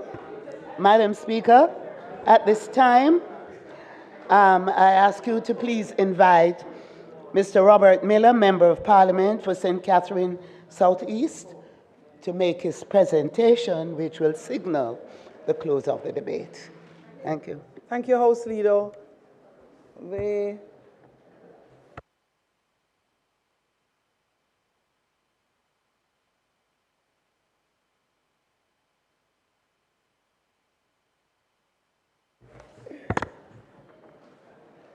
The member from St. Catherine Southeast. Member Miller.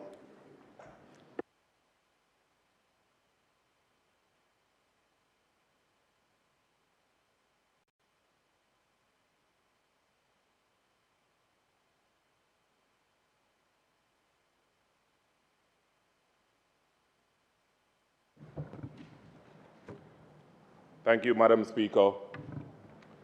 Now, 20 members participated in this year's State of Constituency debate. The presentations, Madam Speaker, were energetic, and they delivered with enthusiasm. The debate focused heavily on rebuilding after Hurricane Beryl. The debate started on October 8, 2024, where I started debates and mentioned stuff that transpired in the constituency of Southeastern St. Catherine. Madam Speaker, we are moving aggressively in ensuring that the constituency of Southeast St. Catherine becomes a model of the Caribbean. We want the constituency to be a place where families can live, work, and play. We outlined certain initiatives that we have implemented, and we are now appealing to the Jamaica Public Service to play an integral role in our lives. The regular lock-off of electricity is preventing our water flow and is destroying our appliances. And with no one to speak with, apart from Minister Vaz, there was also a planned town hall meeting where they were invited and they bailed out at the 9th hour. Madam Speaker, we are asking the JPS also to reinstate the office that was closed in Portmore, where citizens can come in and speak at their own comfort, bearing in mind that Portmore will be the 15th parish soon. We traversed to St. Elizabeth Northwestern, where the member addressed ongoing initiatives such as road infrastructure improvement programs, educational support, housing assistance, and community connectivity projects. He emphasized the government's commitment to addressing issues such as hurricane recovery, electricity disruptions, and water supply challenges. He went on to say that St. Elizabeth Northwestern is holding on to their victory. We went over to my dear brother, St. Mary Southeastern, where the member in his presentation emphasized initiatives focusing on education enhancement, infrastructure development, economic growth, and visionary plans, including expanding the JUTC bus service, establishing a new housing scheme, and promoting vocational training. Highlight the comprehensive approach towards ensuring a brighter future for all his constituents. We went on to Westmoreland Western, where the member is standing strong.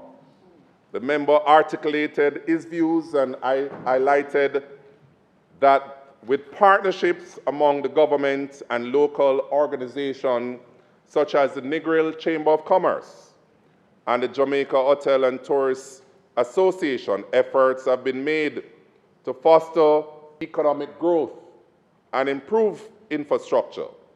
He went on and spoke about the Sparks and the REACH program and promised his constituents that this will modernize the constituency that he served, and he will be there with them throughout thick and thin. We took a sprint to West Rural St. Andrew, where the member highlighted that a significant progress has been made towards enhancing community infrastructure, educational opportunities, healthcare facilities, and social welfare programs, improving of farm roads to providing housing assistance. The government's initiative aims to uplift communities and empower residents in their economic stability. The member mentioned that it was a quick sprint, but rest assured, her footprints were left in the sand.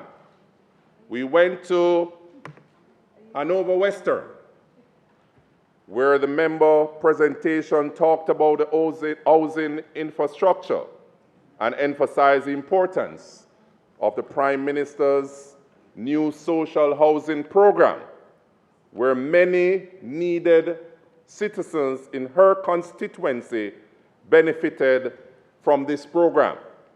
She mentioned the REACH program as well and the Sparks program that indeed got some sparks in her constituency, and many roads were repaired through this program.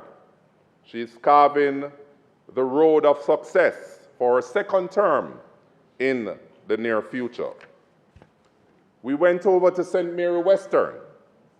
The member's presentation highlighted various development initiatives and projects aimed at improving the lives of citizens in Western St. Mary.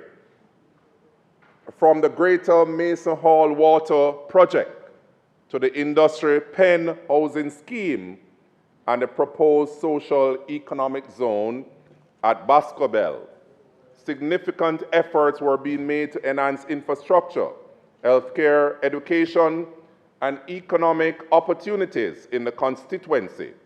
The focus on shared prosperity is evident through investment in education, healthcare, housing, agriculture, rural development, and employment, with a proposed $15 billion program to uplift the poor and vulnerable across the constituency.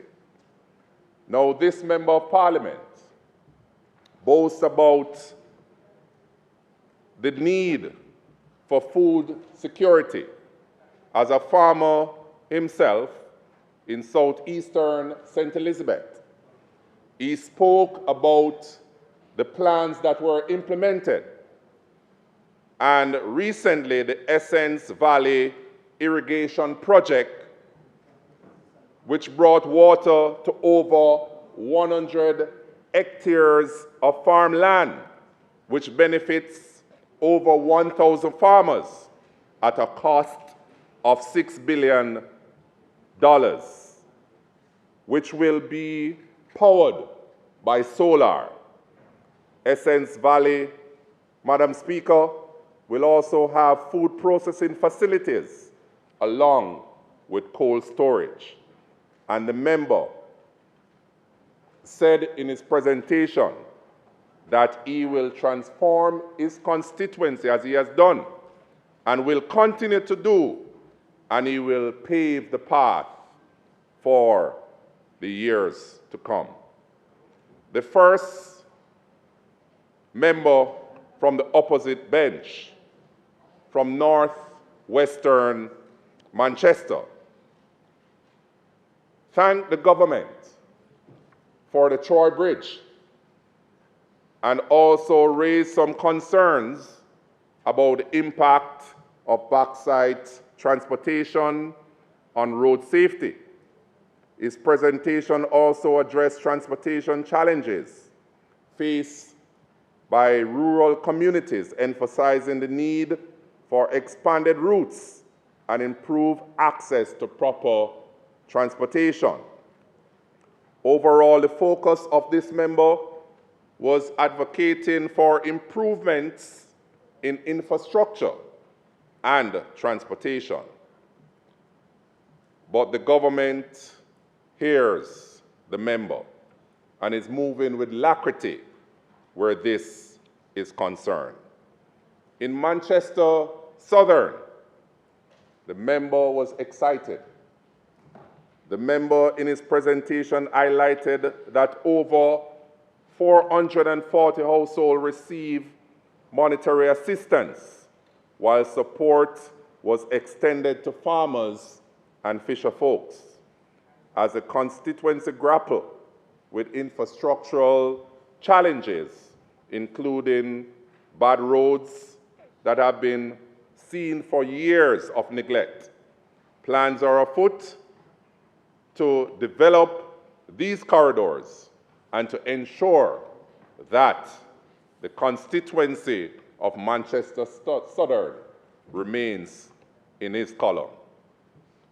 My colleague and brother, my neighbor in East Central St. Catherine, is committed to the enhancement of lives of residents in East Central, which is evident through various community-driven initiatives aimed at evaluating educational standards and fostering economic resilience. There is also a strategic investment in local businesses. Education and social programs continue to uplift families out of hardship and insecurity.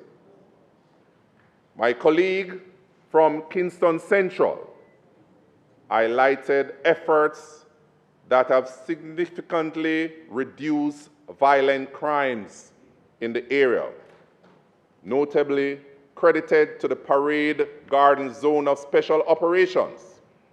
These operations, Madam Speaker, have been acknowledged with the Minister of National Security, recognizing an impressive 88% contribution to the overall reduction of crime.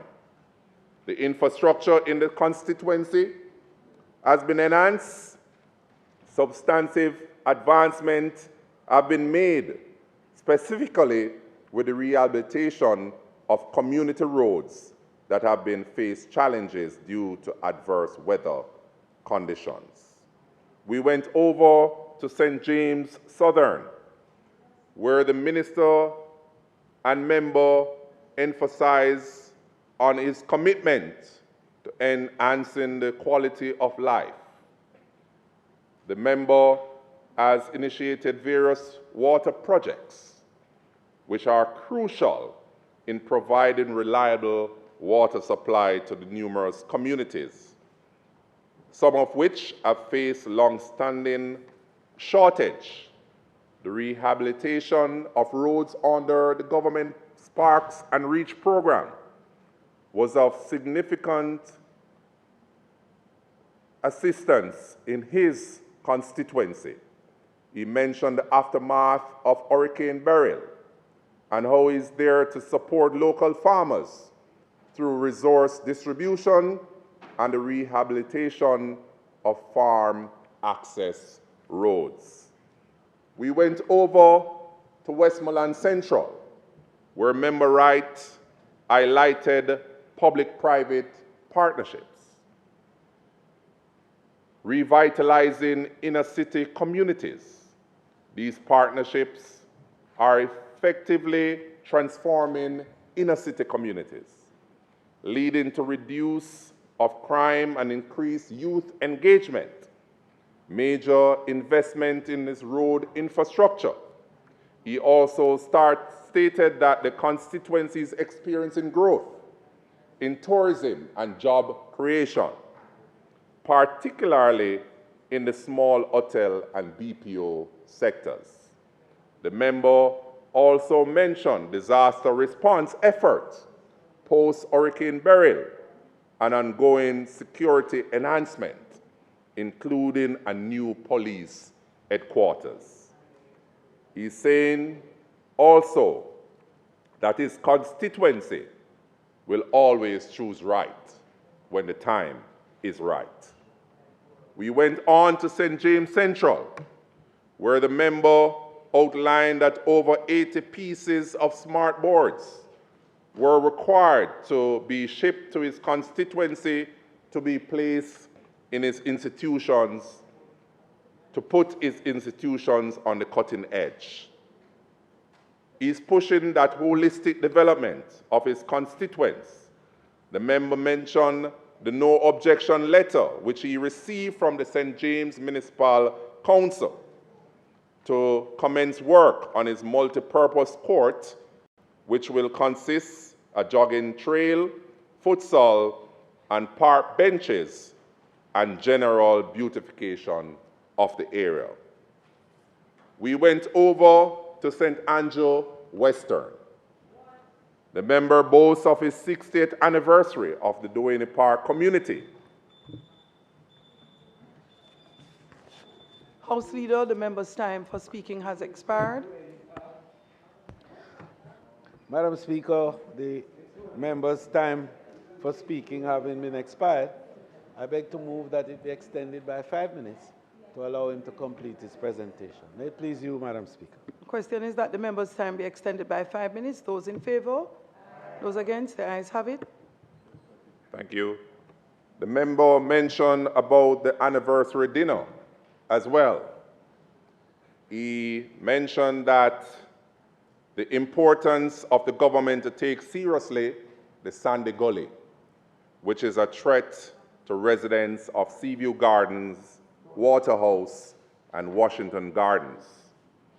The member also mentioned that he wired over 100 houses in the Riverton community that has been completed, allowing citizens to be plugged into the grid, where they have seen the light at the end of the tunnel. We went over to St. Elizabeth Northeastern. Madam Speaker, the member presentation highlighted the progress in 7 critical areas: infrastructure, water system upgrades. The action man even mentioned education, health, community development, sports, agriculture, and social housing. Madam Speaker, this is a lot. Significant advancement in infrastructure have laid the foundation for sustainable development. He did mention as well the Sparks program, which he promises to reshape his constituency. Water system upgrades aims to ensure reliable access to potable water, promoting agricultural productivity. Madam Speaker, he said agriculture remains a priority. Then we went on to Manchester Central, where we found out that a lot of roads are fixed. Madam Speaker, Member Crawford spoke about the multi-billion-dollar Greater Mandeville Water Improvement System that is now in its final phase of completion. When completed, the system will provide potable water to more than 5,000 new customers.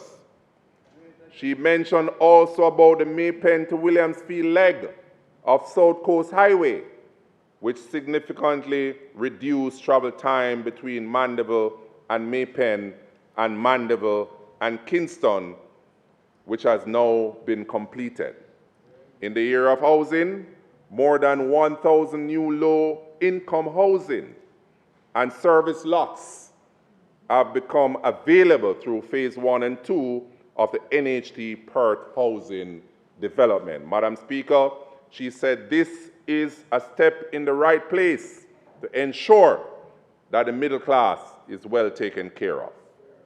We heard from our brother, Stalwart, in Westmoreland Eastern, who mentioned that his constituency was badly affected by Hurricane Beryl.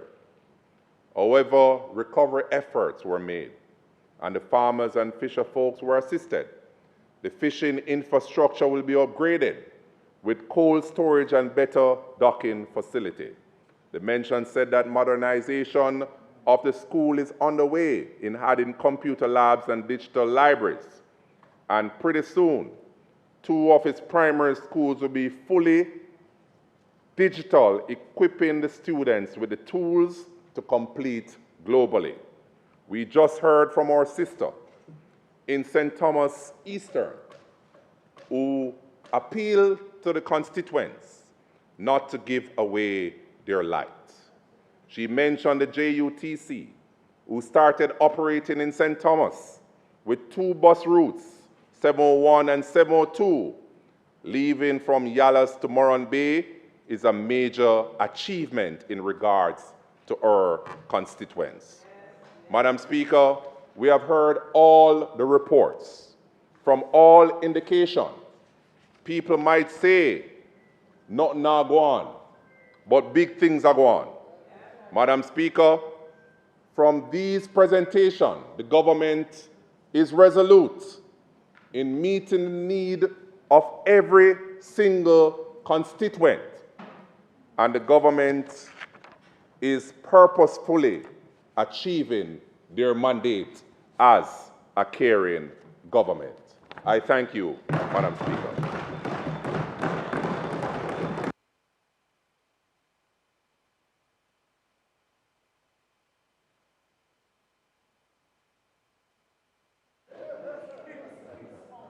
Madam Speaker, I think this Honorable House has been through perhaps the most comprehensive and far-reaching debate on the state of constituencies. The participation has been strong, the content has been great, and indeed, Madam Speaker, it indicates the performance of members of this House in relation to their constituencies.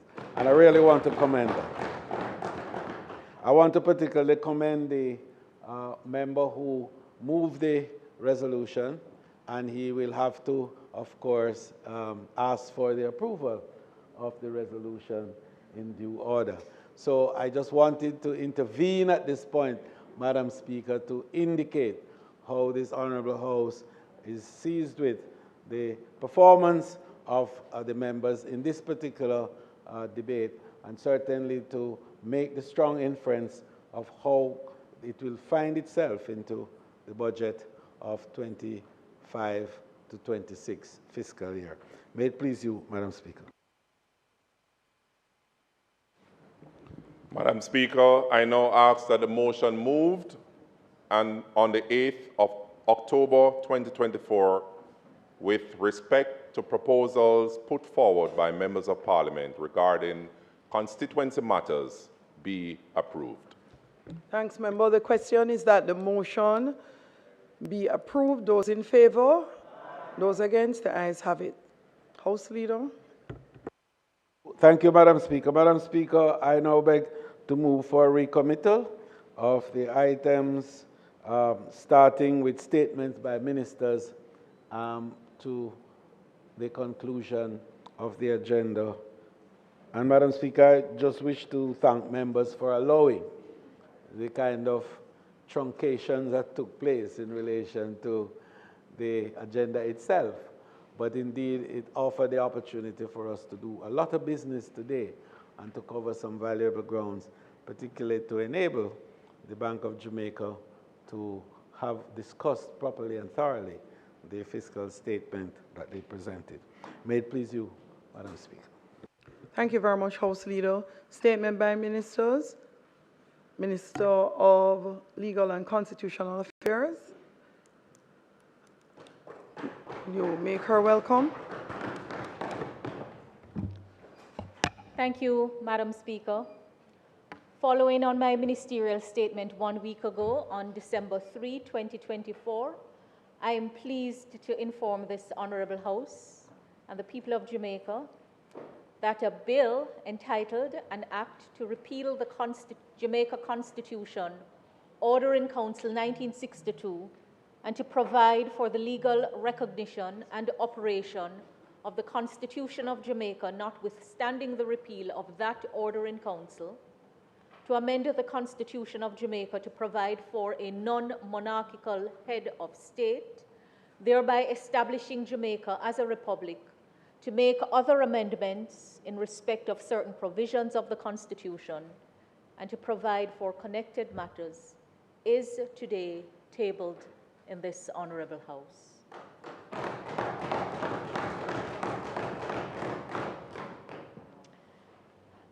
Madam Speaker, the tabling of the bill marks the greatest progress made so far in our effort to reform the Constitution of Jamaica to achieve the national goals of having a Jamaican as head of state instead of the hereditary British monarch, and also having our supreme law taken out from under the cloak of the imperial order in council and placed in proper form. Interestingly, Madam Speaker, today we also celebrate International Human Rights Day and the 100th anniversary of the birth of former Prime Minister Michael Manley. There are no coincidences. Madam Speaker, here is a summary of what the Republic Bill will achieve when passed into law. The patriation of the Constitution and the beginning of the Jamaicanization of the Constitution through the inclusion of, among other things, a preamble. A preamble, Madam Speaker, which reads, "We, the people of Jamaica, affirm our place as a free and self-respecting people in the global community. We proudly acknowledge that our history of struggle, sacrifice, endurance, and triumph led us to become an independent democratic nation. We resoundingly acclaim this heritage and hold it in trust to pass on to future generations. We joyfully celebrate our resilient spirit in the face of adversity, our outstanding achievements in different fields, and our contribution to the advancement of humanity. We humbly proclaim our gratitude to the Almighty for the beauty of our island, the abundance of our natural resources, our talents, and the strong institutions we have built. We wholeheartedly commit to the protection and preservation of our culture and environment, to the principles of justice, equity, and truth, to the upholding of the rights of all, and to the enhancement of our moral, material, and spiritual well-being. To which end, we solemnly declare this Constitution to be the sovereign will of the people of Jamaica." Madam Speaker, in addition to the preamble, the national items comprising the national emblem, the national flag, the national anthem, both lyrics and music, the national symbols, which are the national tree, the national flower, the national fruit, and the national bird, along with our national motto, the national pledge, the national song, lyrics and music, and the national prayer are included in the Constitution for the first time. Our black, green, and gold, our anthem, our symbols are included in the Constitution. The bill will also see the Jamaica Interpretation Act 1968 as amended apply instead of the UK Interpretation Act 1889, frozen at that date. It has clarified provisions regarding Jamaican citizenship, recognition at the highest level of the Caribbean community and Jamaica's participation in it. Comprehensive provisions for the office of President of Jamaica as a Republic, including qualifications to hold the office, procedure for appointment, tenure of the office, including removal from office, immunity, and oath. In this regard, it's important to note that for the first time, the Constitution is making provision for the joint sitting of the Senate and the House of Representatives. Currently, the two houses sit by convention at the ceremonial opening of the Parliament and when foreign heads of state or heads of government visit. We will see an expanded Senate to include senators appointed independently of the political parties in the House of Representatives. And in this regard, when appointments are being made in that category, consideration is to be given to the representation of the interest of Jamaican citizens living abroad, commonly referred to as the diaspora interest. We will see a clearer mechanism to alter the Constitution, a revised Section 49. Madam Speaker, also of importance is the entrenchment of the Electoral Commission in the Constitution, honoring the commitment made when the Interim Act was passed in 2006. These are among long-standing national goals being pursued in this bill. Although the pre-parliamentary process was specifically designed to ensure meaningful participation of representatives of the parliamentary opposition and the wider society, the bill will be reviewed by a joint select committee of Parliament. And Madam Speaker, at a later stage today, I will ask for the suspension of the standing orders to enable this to be done. Every effort will be made to circulate the bill widely. I invite everyone to read it carefully, and I look forward to the feedback and presentations that will be made before the Joint Select Committee. Madam Speaker, alongside the bill, every member has been provided with a consolidated copy of the Jamaica Constitution, Order in Council 1962. It is clothed in our national colors and will enable everyone to see what will change in this first phase of the reform work. Madam Speaker, I want to once again put on record my profound gratitude to each member of the Constitutional Reform Committee. Some of the members are here.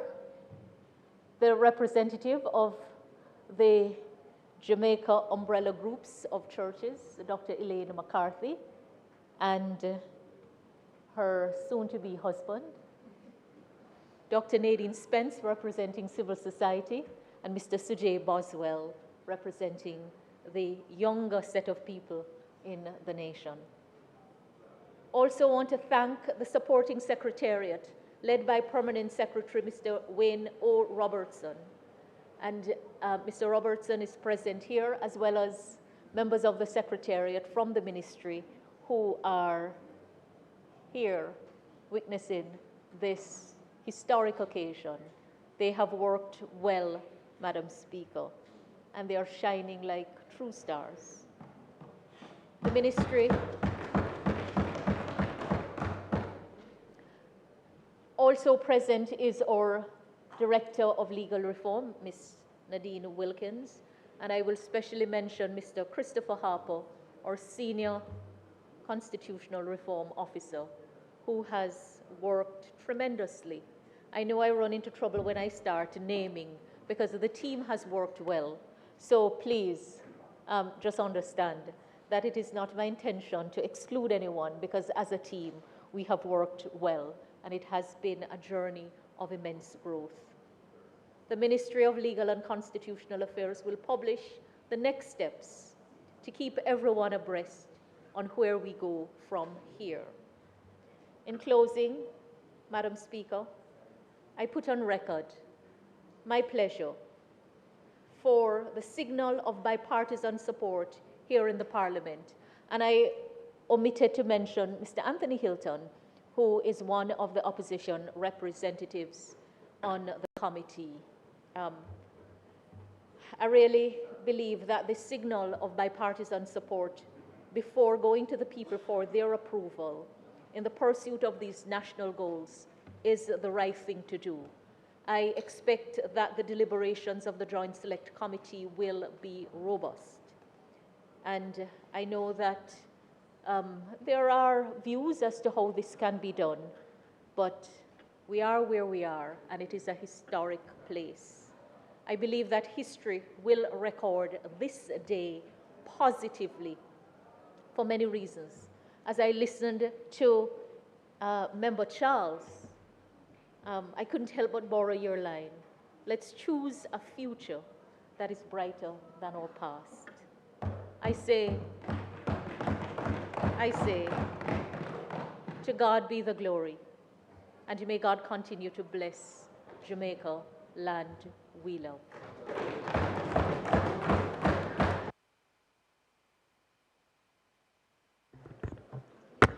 Leader of Opposition Business, Acting, Member Hilton.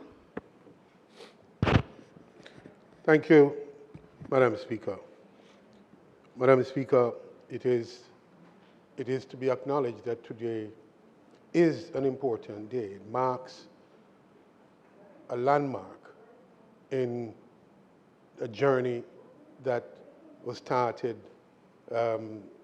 many years ago, but in this latest iteration in March of last year. I want to acknowledge, along with the Minister, the work, the tremendous work and the effort put in by a number of persons, both in the CRC and on the Ministry and its staff, that tremendous efforts were made, and that those efforts, we believe, will redound to the benefit of the nation as a whole. And we want to acknowledge those efforts and to share the view that it is still our hope that in the processes that are outlined that will continue this discussion, that we could find the common ground that will enable us to make the critical steps that are needed and that in the main are not contentious. There are issues and there are areas of concern, but the goals and the objectives are not the same, are not contentious, and they're not different. We may have different timelines and how to proceed on them, but I believe, and I'm still hopeful, that in the discussions to come, we can find the common ground on which to move forward in unity and in unison in the way that the amendments to the Constitution, the entrenched provisions in the Constitution requires that we must. So, Madam Speaker, it is an important day, an important landmark. We are looking forward to and are still hopeful that we can find the common ground on those issues that have not yet seen a unity of commitment and purpose at this point. But I think much work has been done, much excellent work has been done. And it is our hope that the effort will not, none of the effort will be wasted and it will not be in vain. Thank you, Madam Speaker, and look forward to the process going forward. Thank you. If there are no other comments, Minister? House? Madam Speaker, just to say that I am hopeful that the national goals that we are pursuing will be achieved. Thank you, Minister. House Leader? I think you will proceed now with the agenda. Is this such an important matter? I wondered if no one else had any contributions. We will continue with announcements. Laid on the table of the House are the following. Annual report of the Nutrition Products Limited for the financial year 2019-2020.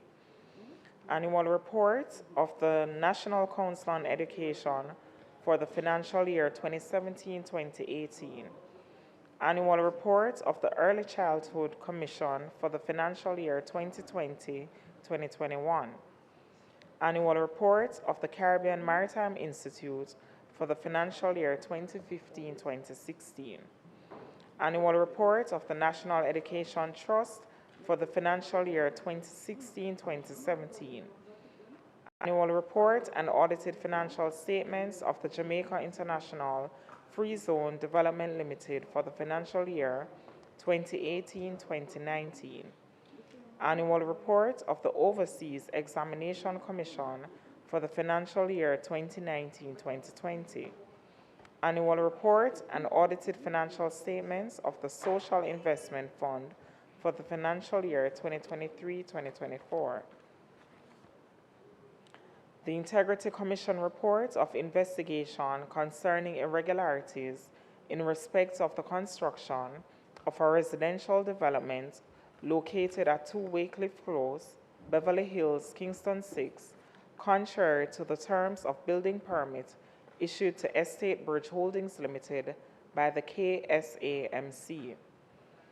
Integrity Commission report of investigation concerning allegations of an act of corruption in respect of recovery of outstanding National Insurance Scheme contributions at the Westmoreland Parish Office of the Ministry of Labour and Social Security for the period 2022-2023, contrary to the Corruption Prevention Act and its indicative ruling. The National Housing Trust, Housing Benefits, Special Selection, Catherine Estates Housing Development, Batch 2, Order 2024, under the National Housing Trust Act, the National Housing Trust, Housing Benefits, Special Selection for Shrewsbury Phase 2 Housing Development, Batch 2, Order 2024, and the Savannah Park Housing Development Order of 2024, both under the National Housing Trust Act. The income tax percentage of electricity generated from renewable energy sources, Order of 2024, and its resolution under the Income Tax Act. The Jamaica Gazette Supplement, Proclamations, Rules and Regulations, 2925, Volume 147, dated Thursday, December 5th, 2024, number 463, enclosing the Constitution of Jamaica. And finally, the Jamaica Gazette Supplement, Proclamations, Rules and Regulations, 2929, Volume 147, dated Thursday, December 5, 2024, number 464, enclosing the emergency powers specified areas in the Parish of St. Andrew, Regulations 2024, under the Emergency Powers Act. Thank you, Madam Speaker. Thank you, Clerk. Bills brought from the Senate, petitions, papers, reports from committees, notices of motions given orally. We'll have several. We'll start with the Minister for Legal and Constitutional Affairs. Madam Speaker, I beg to give notice. Be it resolved that this Honourable House appoint a select committee of the following members.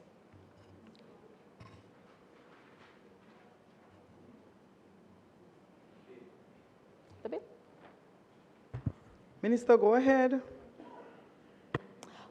Madam Speaker, Madam Speaker. Madam Speaker, I beg to give notice that at the commencement of the next meeting of the House, I will move to introduce and have read a first time a bill shortly entitled the Constitution Amendment Republic Act 2024. Thank you, Minister.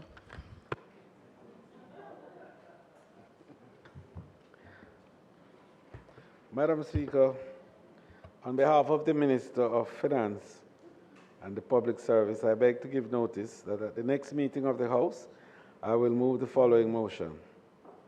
The income tax percentage of electricity generated from renewable energy sources, Order 2024 Resolution. Whereas Section 31B(7) of the Income Tax Act, hereinafter referred to as the Act, provides that there shall be levied and paid, with effect from the year of assessment 2023, taxed at a rate of 25 cents in every dollar of the chargeable income of an independent power plant producer that one is a company and B, generates the prescribed percentage of its generated electricity from the prescribed renewable energy sources. And whereas Section 93(2)(a) of the Act provides that for the purposes of Section 31B(7)(b), the Minister may, by order published in the Gazette, prescribe A, the percentage of electricity to be generated from renewable energy sources, and B, the renewable energy sources. And whereas, on the 10th day of October 2024, the Minister made the income tax percentage of electricity generated from renewable energy sources, Order 2024. Now, therefore, be it resolved by this Honourable House as follows. 1. This resolution may be cited as the income tax percentage of electricity generated from renewable energy sources, Order 2024 Resolution. 2. The income tax percentage of electricity generated from renewable energy sources, Order 2024, is affirmed. Madam Speaker, on behalf of the Minister of Finance, I beg to give notice at the next meeting of the House, I will move to introduce and have read a first time a bill shortly entitled the Income Tax Amendment Number 2 Act 2024. At presentation of bills, Madam Speaker, I beg to move again on behalf of the Minister without the portfolio in the Ministry of Economic Growth and Job Creation. I beg to give notice at the next sitting of the House of Representatives. I will move to introduce and have read a first time bills shortly entitled the Natural Resource Conservation Authority Amendment Act 2024 and the Wildlife Protection Amendment Act 2024. Madam Speaker, I beg to give notice that at the next meeting of the House, I will move the following motion. Be it resolved that on the following orders, be it resolved that the following orders be referred to the Regulations Committee of the House for consideration and report. 1. The National Housing Trust Housing Benefit Savannah Park Housing Development Order 2024 under the National Housing Trust Act, which was laid on the table of the House on the 10th day of December 2024. 2. the National Housing Trust Housing Benefits Special Selection, Catherine Hall Estate Housing Development Batch 2, Order 2024, under the National Housing Trust Act, which was laid on the table of the House on the 10th day of December 2024.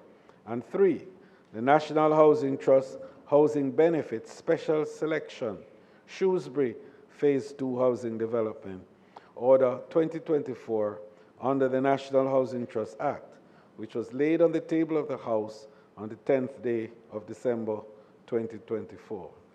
Madam Speaker, I further beg to give notice that at a later stage today, I will move for the suspension of the standing orders to enable me to take this motion.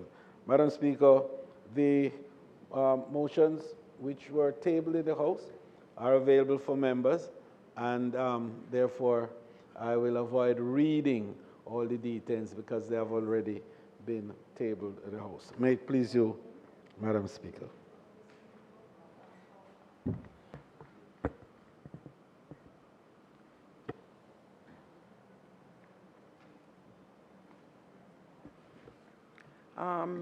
Next, we will have the Minister of Legal and Constitutional Affairs. Speaker, I beg to give notice that at the next meeting of the House, I will move the following motion. Be it resolved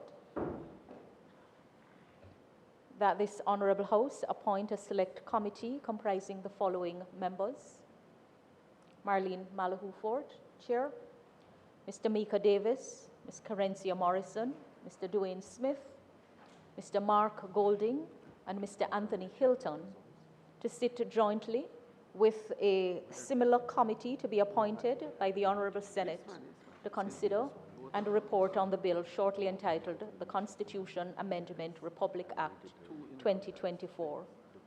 I further beg to give notice that at a later stage today, I will move for the suspension of the standing orders to enable me to take this motion. Thank you, Minister.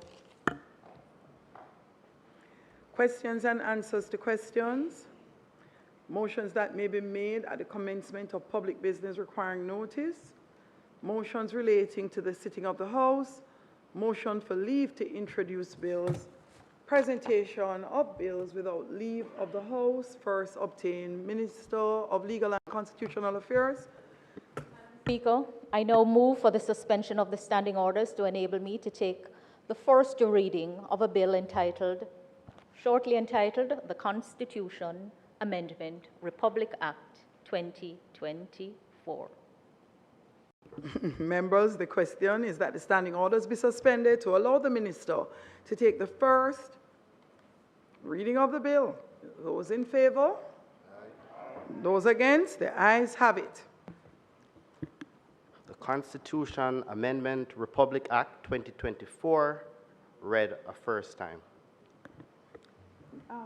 Madam Speaker, as you know, the bill cannot now be read a second time because of the Constitution provision that mandates a period between the first and the second reading. It has been.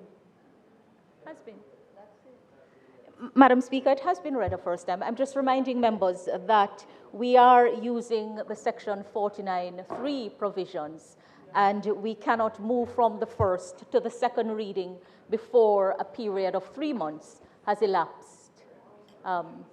Although we are proceeding with the suspension of the standing orders to establish the Joint Select Committee.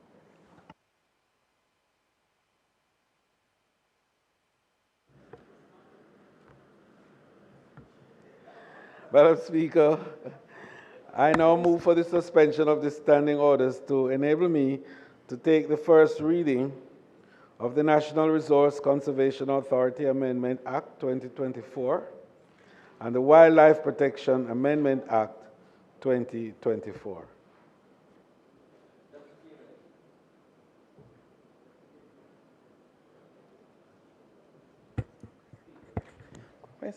Members, the question is that the standing orders be suspended to allow the Minister to take first reading of the bill. Those in favor? Aye. Those against? The ayes have it. Minister. Madam Speaker, I now move that the bill shortly entitled the Natural Resource Conservation Authority Amendment Act 2024 and the Wildlife Protection Amendment Act 2024 be read a first time. Clark. The Natural Resources Conservation Authority Amendment Act 2024 read a first time, and the Wildlife Protection Amendment Act 2024 also read a first time.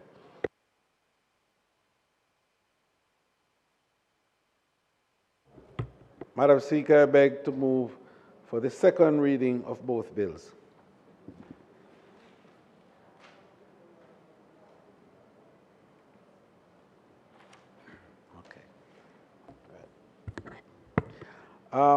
Madam Speaker, I now move for the suspension of the standing orders to enable me to take the first reading of a bill shortly entitled the Income Tax Amendment Number 2, Act 2024.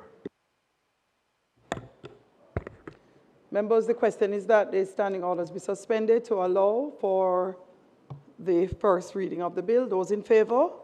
Those against? The ayes have it.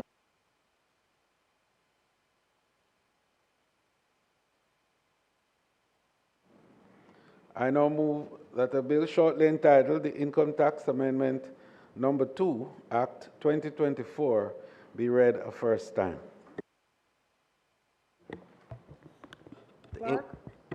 The Income Tax Amendment Number 2, Act 2024 read a first time. Thank you. Minister.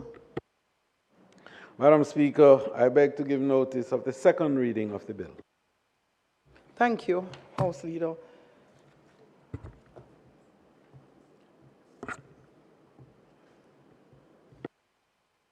I'm just making sure to double check all my notes since we have been in many places today that we have not left anything out.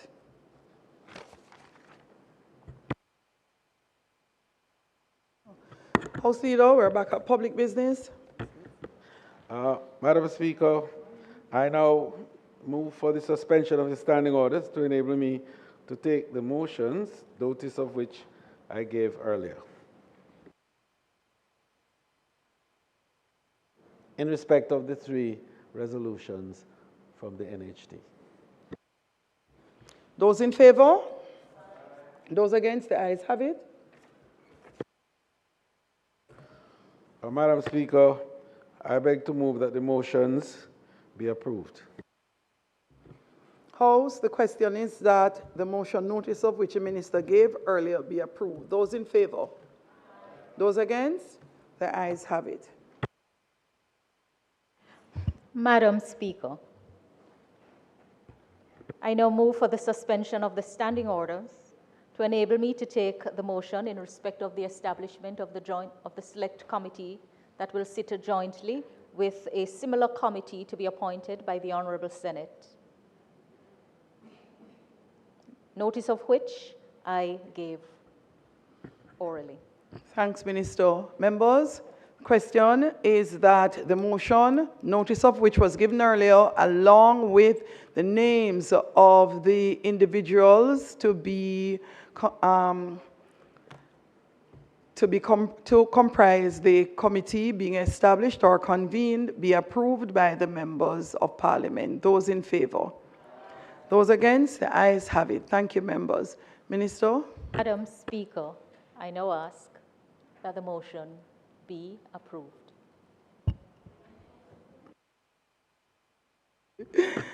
Those in favor? Those against? The ayes have it. House Leader?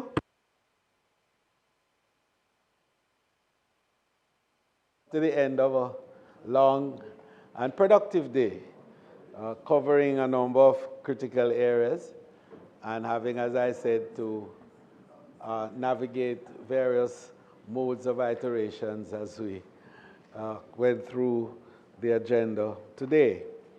But, Madam Speaker, on the motion of adjournment, I'd like to use the opportunity to thank the members of the House for an excellent session that has seen a number of very valuable contributions with regards to the performance and the stewardship of members of their constituencies.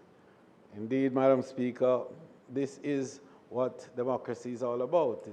It's giving space for the expression of the will of the people in the many forms that they come, but more importantly, an opportunity for us to express what the wishes of the people are in this honorable House through the voice of the representatives. Madam Speaker, we want also to recognize the work in this session of the clerk and the team members of this honorable House, and without whom this House could not have operated as efficiently as it has. And we want to make note of some of the small accomplishments but valuable contributions that have been made, one of which is the refurbishing of the members' lounge, which now looks like somewhere that we can be pleased to invite someone to come and have a lunch with us there. Madam Speaker, I really want to commend the team led by you to enable that refurbishing. And I think that it's not just that it is commodious, but also that it does provide a useful atmosphere within which members and guests can have a quiet moment and enjoy a good meal. Madam Speaker, this is the season of good cheer. We've come to the end of this session, but it also begins another very important area of human activity within, particularly our space. And certainly, we in the Judeo-Christian faith recognizes this period as a very special period, one of cheer and goodwill, and it reflects the gift, the greatest gift of all that has been given to us, that of our Lord Jesus. So we're excited about celebrating it and celebrating it well. And the country is mobilized to celebrate this. And the members of Parliament can't wait to go and to join their constituents in making arrangements and preparations for this season. But I just want to, on behalf of all of us, to express our feelings of goodwill and our expressions of cheer to all the members on both sides of the House, and to wish for you all a Merry Christmas and a very happy New Year.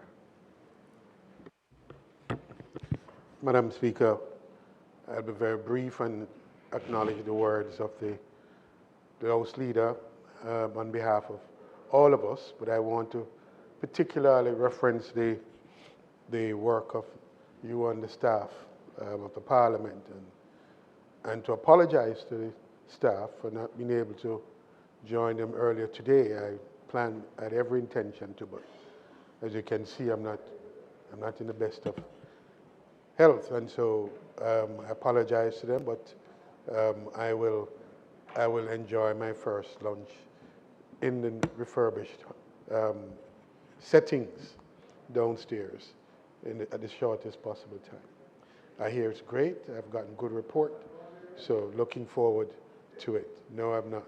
So wishing everyone well, Merry Christmas, and enjoy the holidays. Be safe, and for us to return to work in good health and good cheers. Thank you. Thank you. House Leader Mike. It is not intended to do any further business for today, and I therefore invite you to adjourn this honorable House for a date to be fixed. Members, I encourage everyone to get some rest over the Christmas holidays. Please ensure that you do not leave your constitution behind. Take them up. They are not to be wasted. Orderlies, I'm asking you to please gather any remaining documents here, particularly this book and the bill, and put them down because members will be coming to ask you for it. Members, enjoy your holidays, rest, and we see each other on a date to be fixed, hopefully late in January. This honorable House now stands adjourned.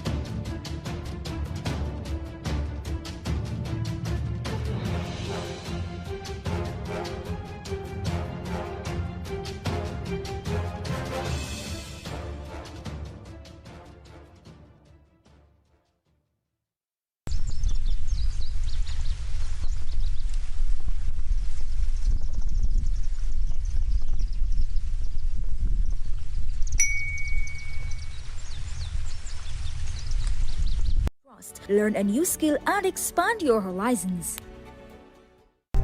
The winner of the Marcus Garvey Award for Excellence in the Performing Arts is Arden High! You could be the 2025 winner, but it starts with your entry, which is now easier than ever with our new online platform. Just log on at jcdc.gov.jm. Entries closed December 13. Log on now, jcdc.gov.jm. The one camping tent. I'm going to show you why I'm about. End up here over here, son of a lift up now. Welcome to Flatbridge.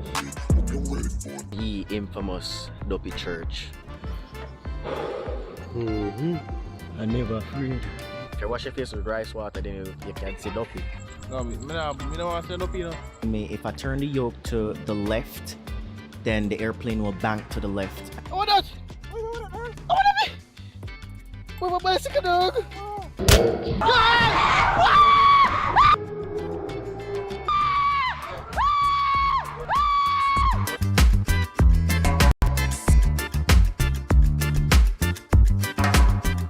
Every student attending Heart and STA Trust under the New Care Initiative will get $15,000 each month to help cover their travel expenses to the Heart School they're attending and get an extra $13,000 each week while they're training. The proceeding was brought to you by the Office of the Prime Minister. Get ready to be inspired.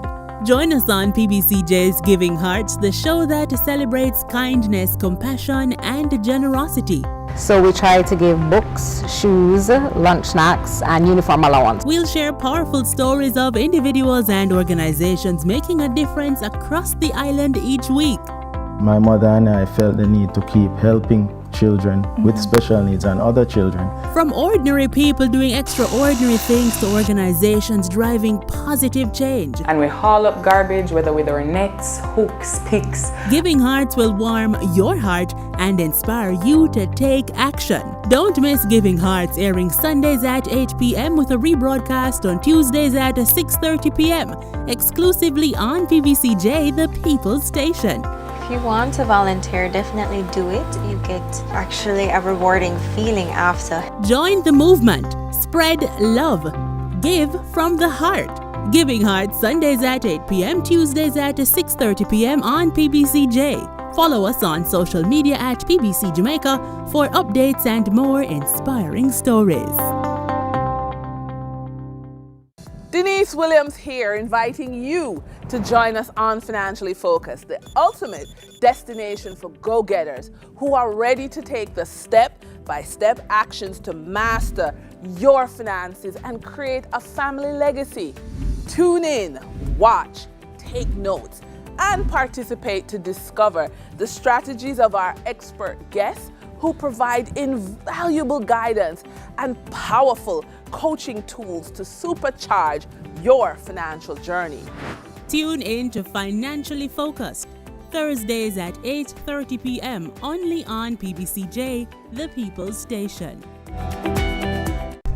The winner of the Marcus Garvey Award for Excellence in the Performing Arts is Arden High. You could be the 2025 winner, but it starts with your entry, which is now easier than ever with our new online platform. Just log on at jcdc.gov.jm. Entries closed December 13. Log on now, jcdc.gov.jm.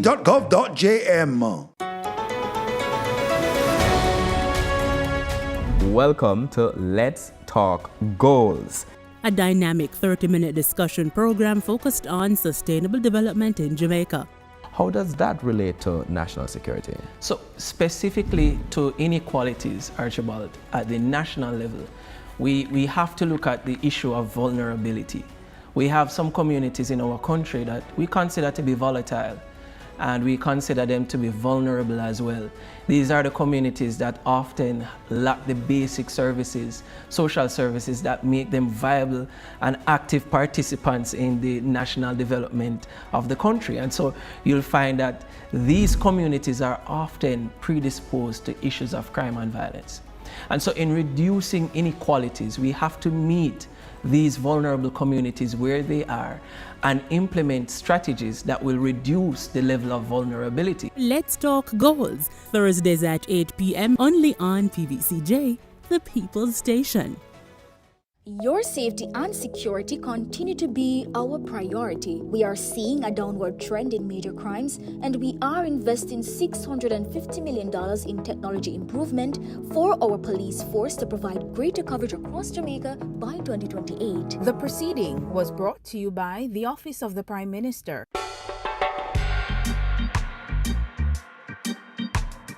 Good morning, everyone. It's a great Saturday morning as we embark with the Forestry Department and a host of other persons going on a hike into the hills up to Sincona, starting at Clydesdale, driving up, very pristine, very beautiful, very relaxing.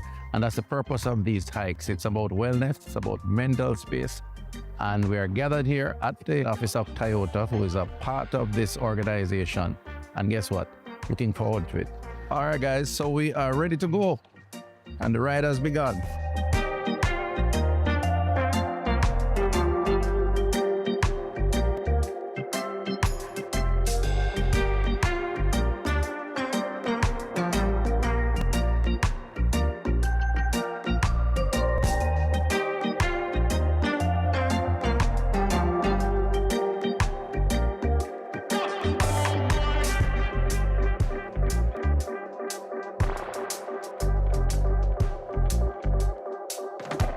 Good to be here this beautiful Saturday morning in the Blue Mountains. We're right above Hollywell Park, about to start this hike.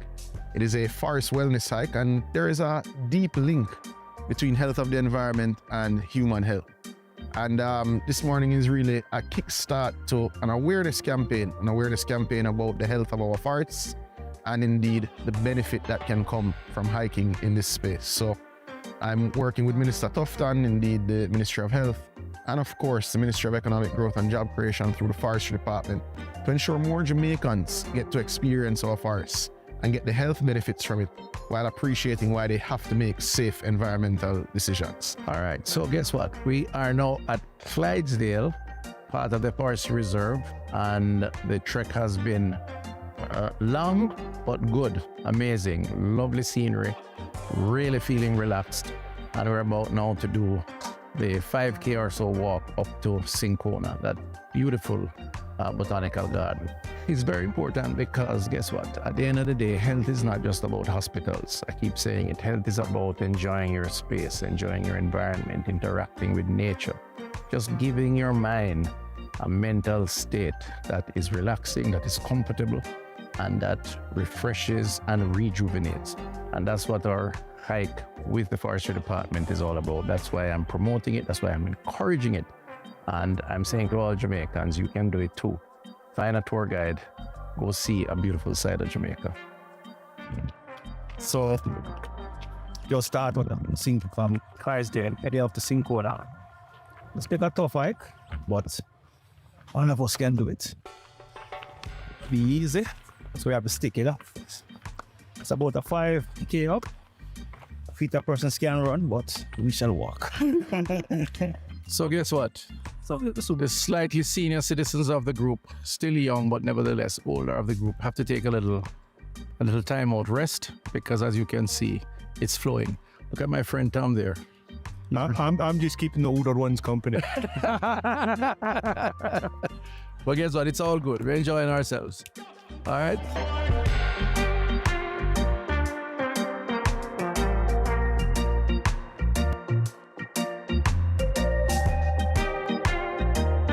Here we are, guys. We have made it to Sincona Botanical Gardens, all the way up in the Blue Mountains, and it is breathtaking. It's relaxing, it's peaceful, it's cool. The view is just amazingly scenic. My mental space is in a good place, and that's why we encourage it. Beautiful. The air is just so clean. Some of it was definitely challenging, definitely got the heart rate up, but leveled out and was manageable for the most part. So it's definitely a very enjoyable way to spend a Saturday morning. Tired. Oh, but it's awesome then. Them do well. I did well. The journey was really good, and I lose 5 pounds, I believe. It was great. I'm happy I made it. I wasn't necessarily at my fittest, but because the trail has an incline and it's gradual, I was able to pace myself. Plus the spectacular views were motivation to get here.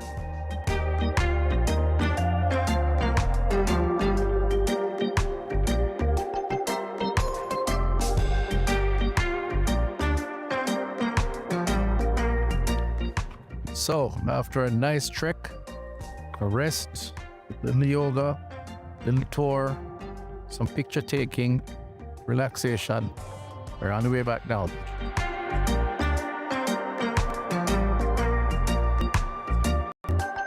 Enjoyable hike today from Clydesdale to Sincona with the team. I'm sitting down because a little bit tired now. However, a very enjoyable sightseeing hike with good people, good company. All have relaxed, I believe, and we've enjoyed the view.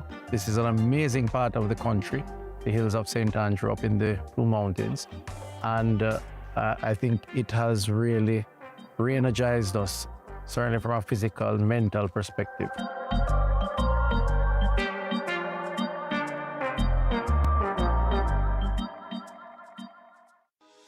Jamaica improve, heart free, wages increase, housing schema bill up, we have more opportunities, roads bill and the dollar stable. We are building Jamaica.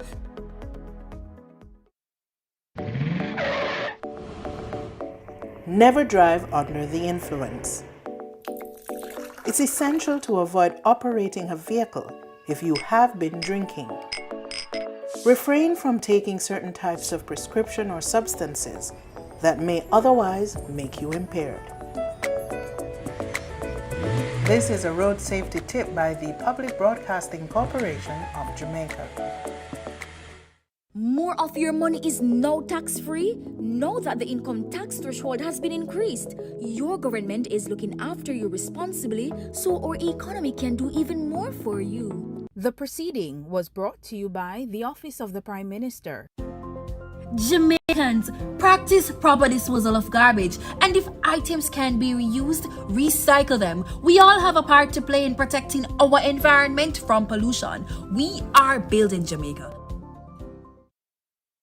JA Today hits the road with the pilot phase of the new electronic ticket system and tells us how to report an accident. Stay with us.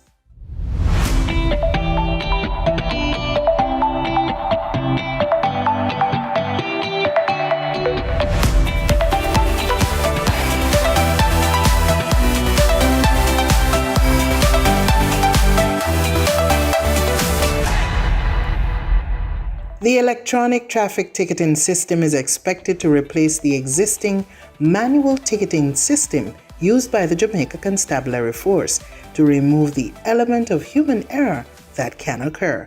Let's get the facts.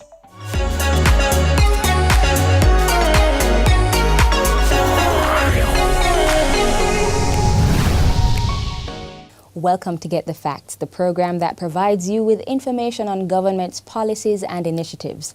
I'm Vanessa Silvera. Now, the pilot phase of the electronic traffic ticket system is now in operation, and it is proving to be very effective. It's also a welcomed move by members of the police force. Now, to provide more details on this initiative is Head of the Public Safety and Traffic Enforcement Branch, PSTEB, Assistant Commissioner of Police, Gary McKenzie. Welcome to the program, ACP McKenzie. Thank you for having me. Now, this electronic ticketing system is said to be a game changer in the police force, particularly in the traffic division. How is this so? Well, it is definitely so in a number of ways. In fact, what it aims to do is for us to be more efficient in terms of how we serve the public. So, first up, we will make less mistakes. One of the issues with using paper-based traffic ticket is that the officer has to write. And so you don't have to do this by using the electronic device. It is pre-populated with certain information. And so if, for example, your driver's license number is inputted, then everything else about the driver comes up. Also, if you input the information in terms of the registration plate, then other information around the vehicle also comes up. So the police officer is able to issue a traffic ticket much faster. The device also comes with a printer, so the ticket is also printed at the same time. And of course, if the person chooses the option to pay a ticket just after the ticket has been issued, then they can go ahead and pay it because... Right then and there. Right then and there. Right. Right, not to the officer, but online, that is. Right. Okay, now this system is connected to the Island Traffic Authority, the Inland Revenue Department, and the courts as well. How useful is this? Very useful, and I just mentioned one of the advantage in terms of the information being online, and so you know, it can be paid at the same time. Also, because there is this connectivity to TAJ, the information can be compared. So, for example, an officer could stop a person, and when they input the license plate, number, and letter, it differs from the vehicle that is actually in front of the officer. Oh. So that would send up a red flag to say that there is some misplacement in terms of the actual vehicle and the plate that is on it. And that also goes as well for the driver's license, because we have already discovered persons tendering fictitious driver's license to the police. So it's a crime-fighting tool as well? It is also a crime-fighting tool because you can gather information. You are also able to see how much outstanding traffic tickets that the person actually have. So it's really a very good tool. It is. Now, let me ask, what kind of information shows up when the motorist's information is entered into the system? Well, the person's address, their date of birth, when the driver's license was issued, when it expires, for the vehicle, the registration information, your fitness information, the insurance company for which the vehicle would have been insured, as well as the issue and the expiry dates. All right, and how extensive is the rollout of the e-traffic ticket system? Is it in all areas of the island, or is it in concentrated areas? Well, it is not yet in all areas of the island. We have started in the more dense area of the country, which is in the corporate area and St. Catherine, and the aim is to extend it just like anything else. Once you start, then you assess and you move across as you acquire more instruments. Now, let's talk a little bit about the response from members of the JCF who use this electronic ticketing system. Well, they are very happy with it because, for one, if you do not have to spend 5 or 7 minutes to write, and you are able to issue a traffic ticket within 2 minutes, then that is really quite very efficient. And so also with the paper-based ticket, the officers usually, when they get in off duty, they would have to write up several forms. They don't have to do that again because it is actually the information is already on the system, that is electronically. So, it makes it much easier. It does. Insightful. Now we have to take a break. So come back soon because this is a very interesting discussion.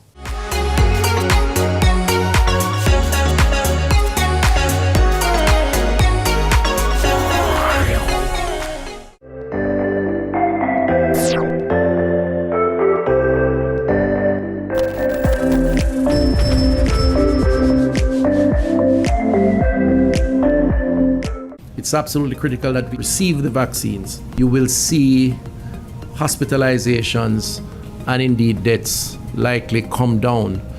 And so there is a lot of value to be gained by getting as many vulnerables on board as possible. So tell your mothers, tell your aunts, listen out for yourselves if you're over 60 and take the vax, because the vax is what will help you to guard against the COVID virus and indeed help your relatives, your friends, those who you come in contact with for the same benefit.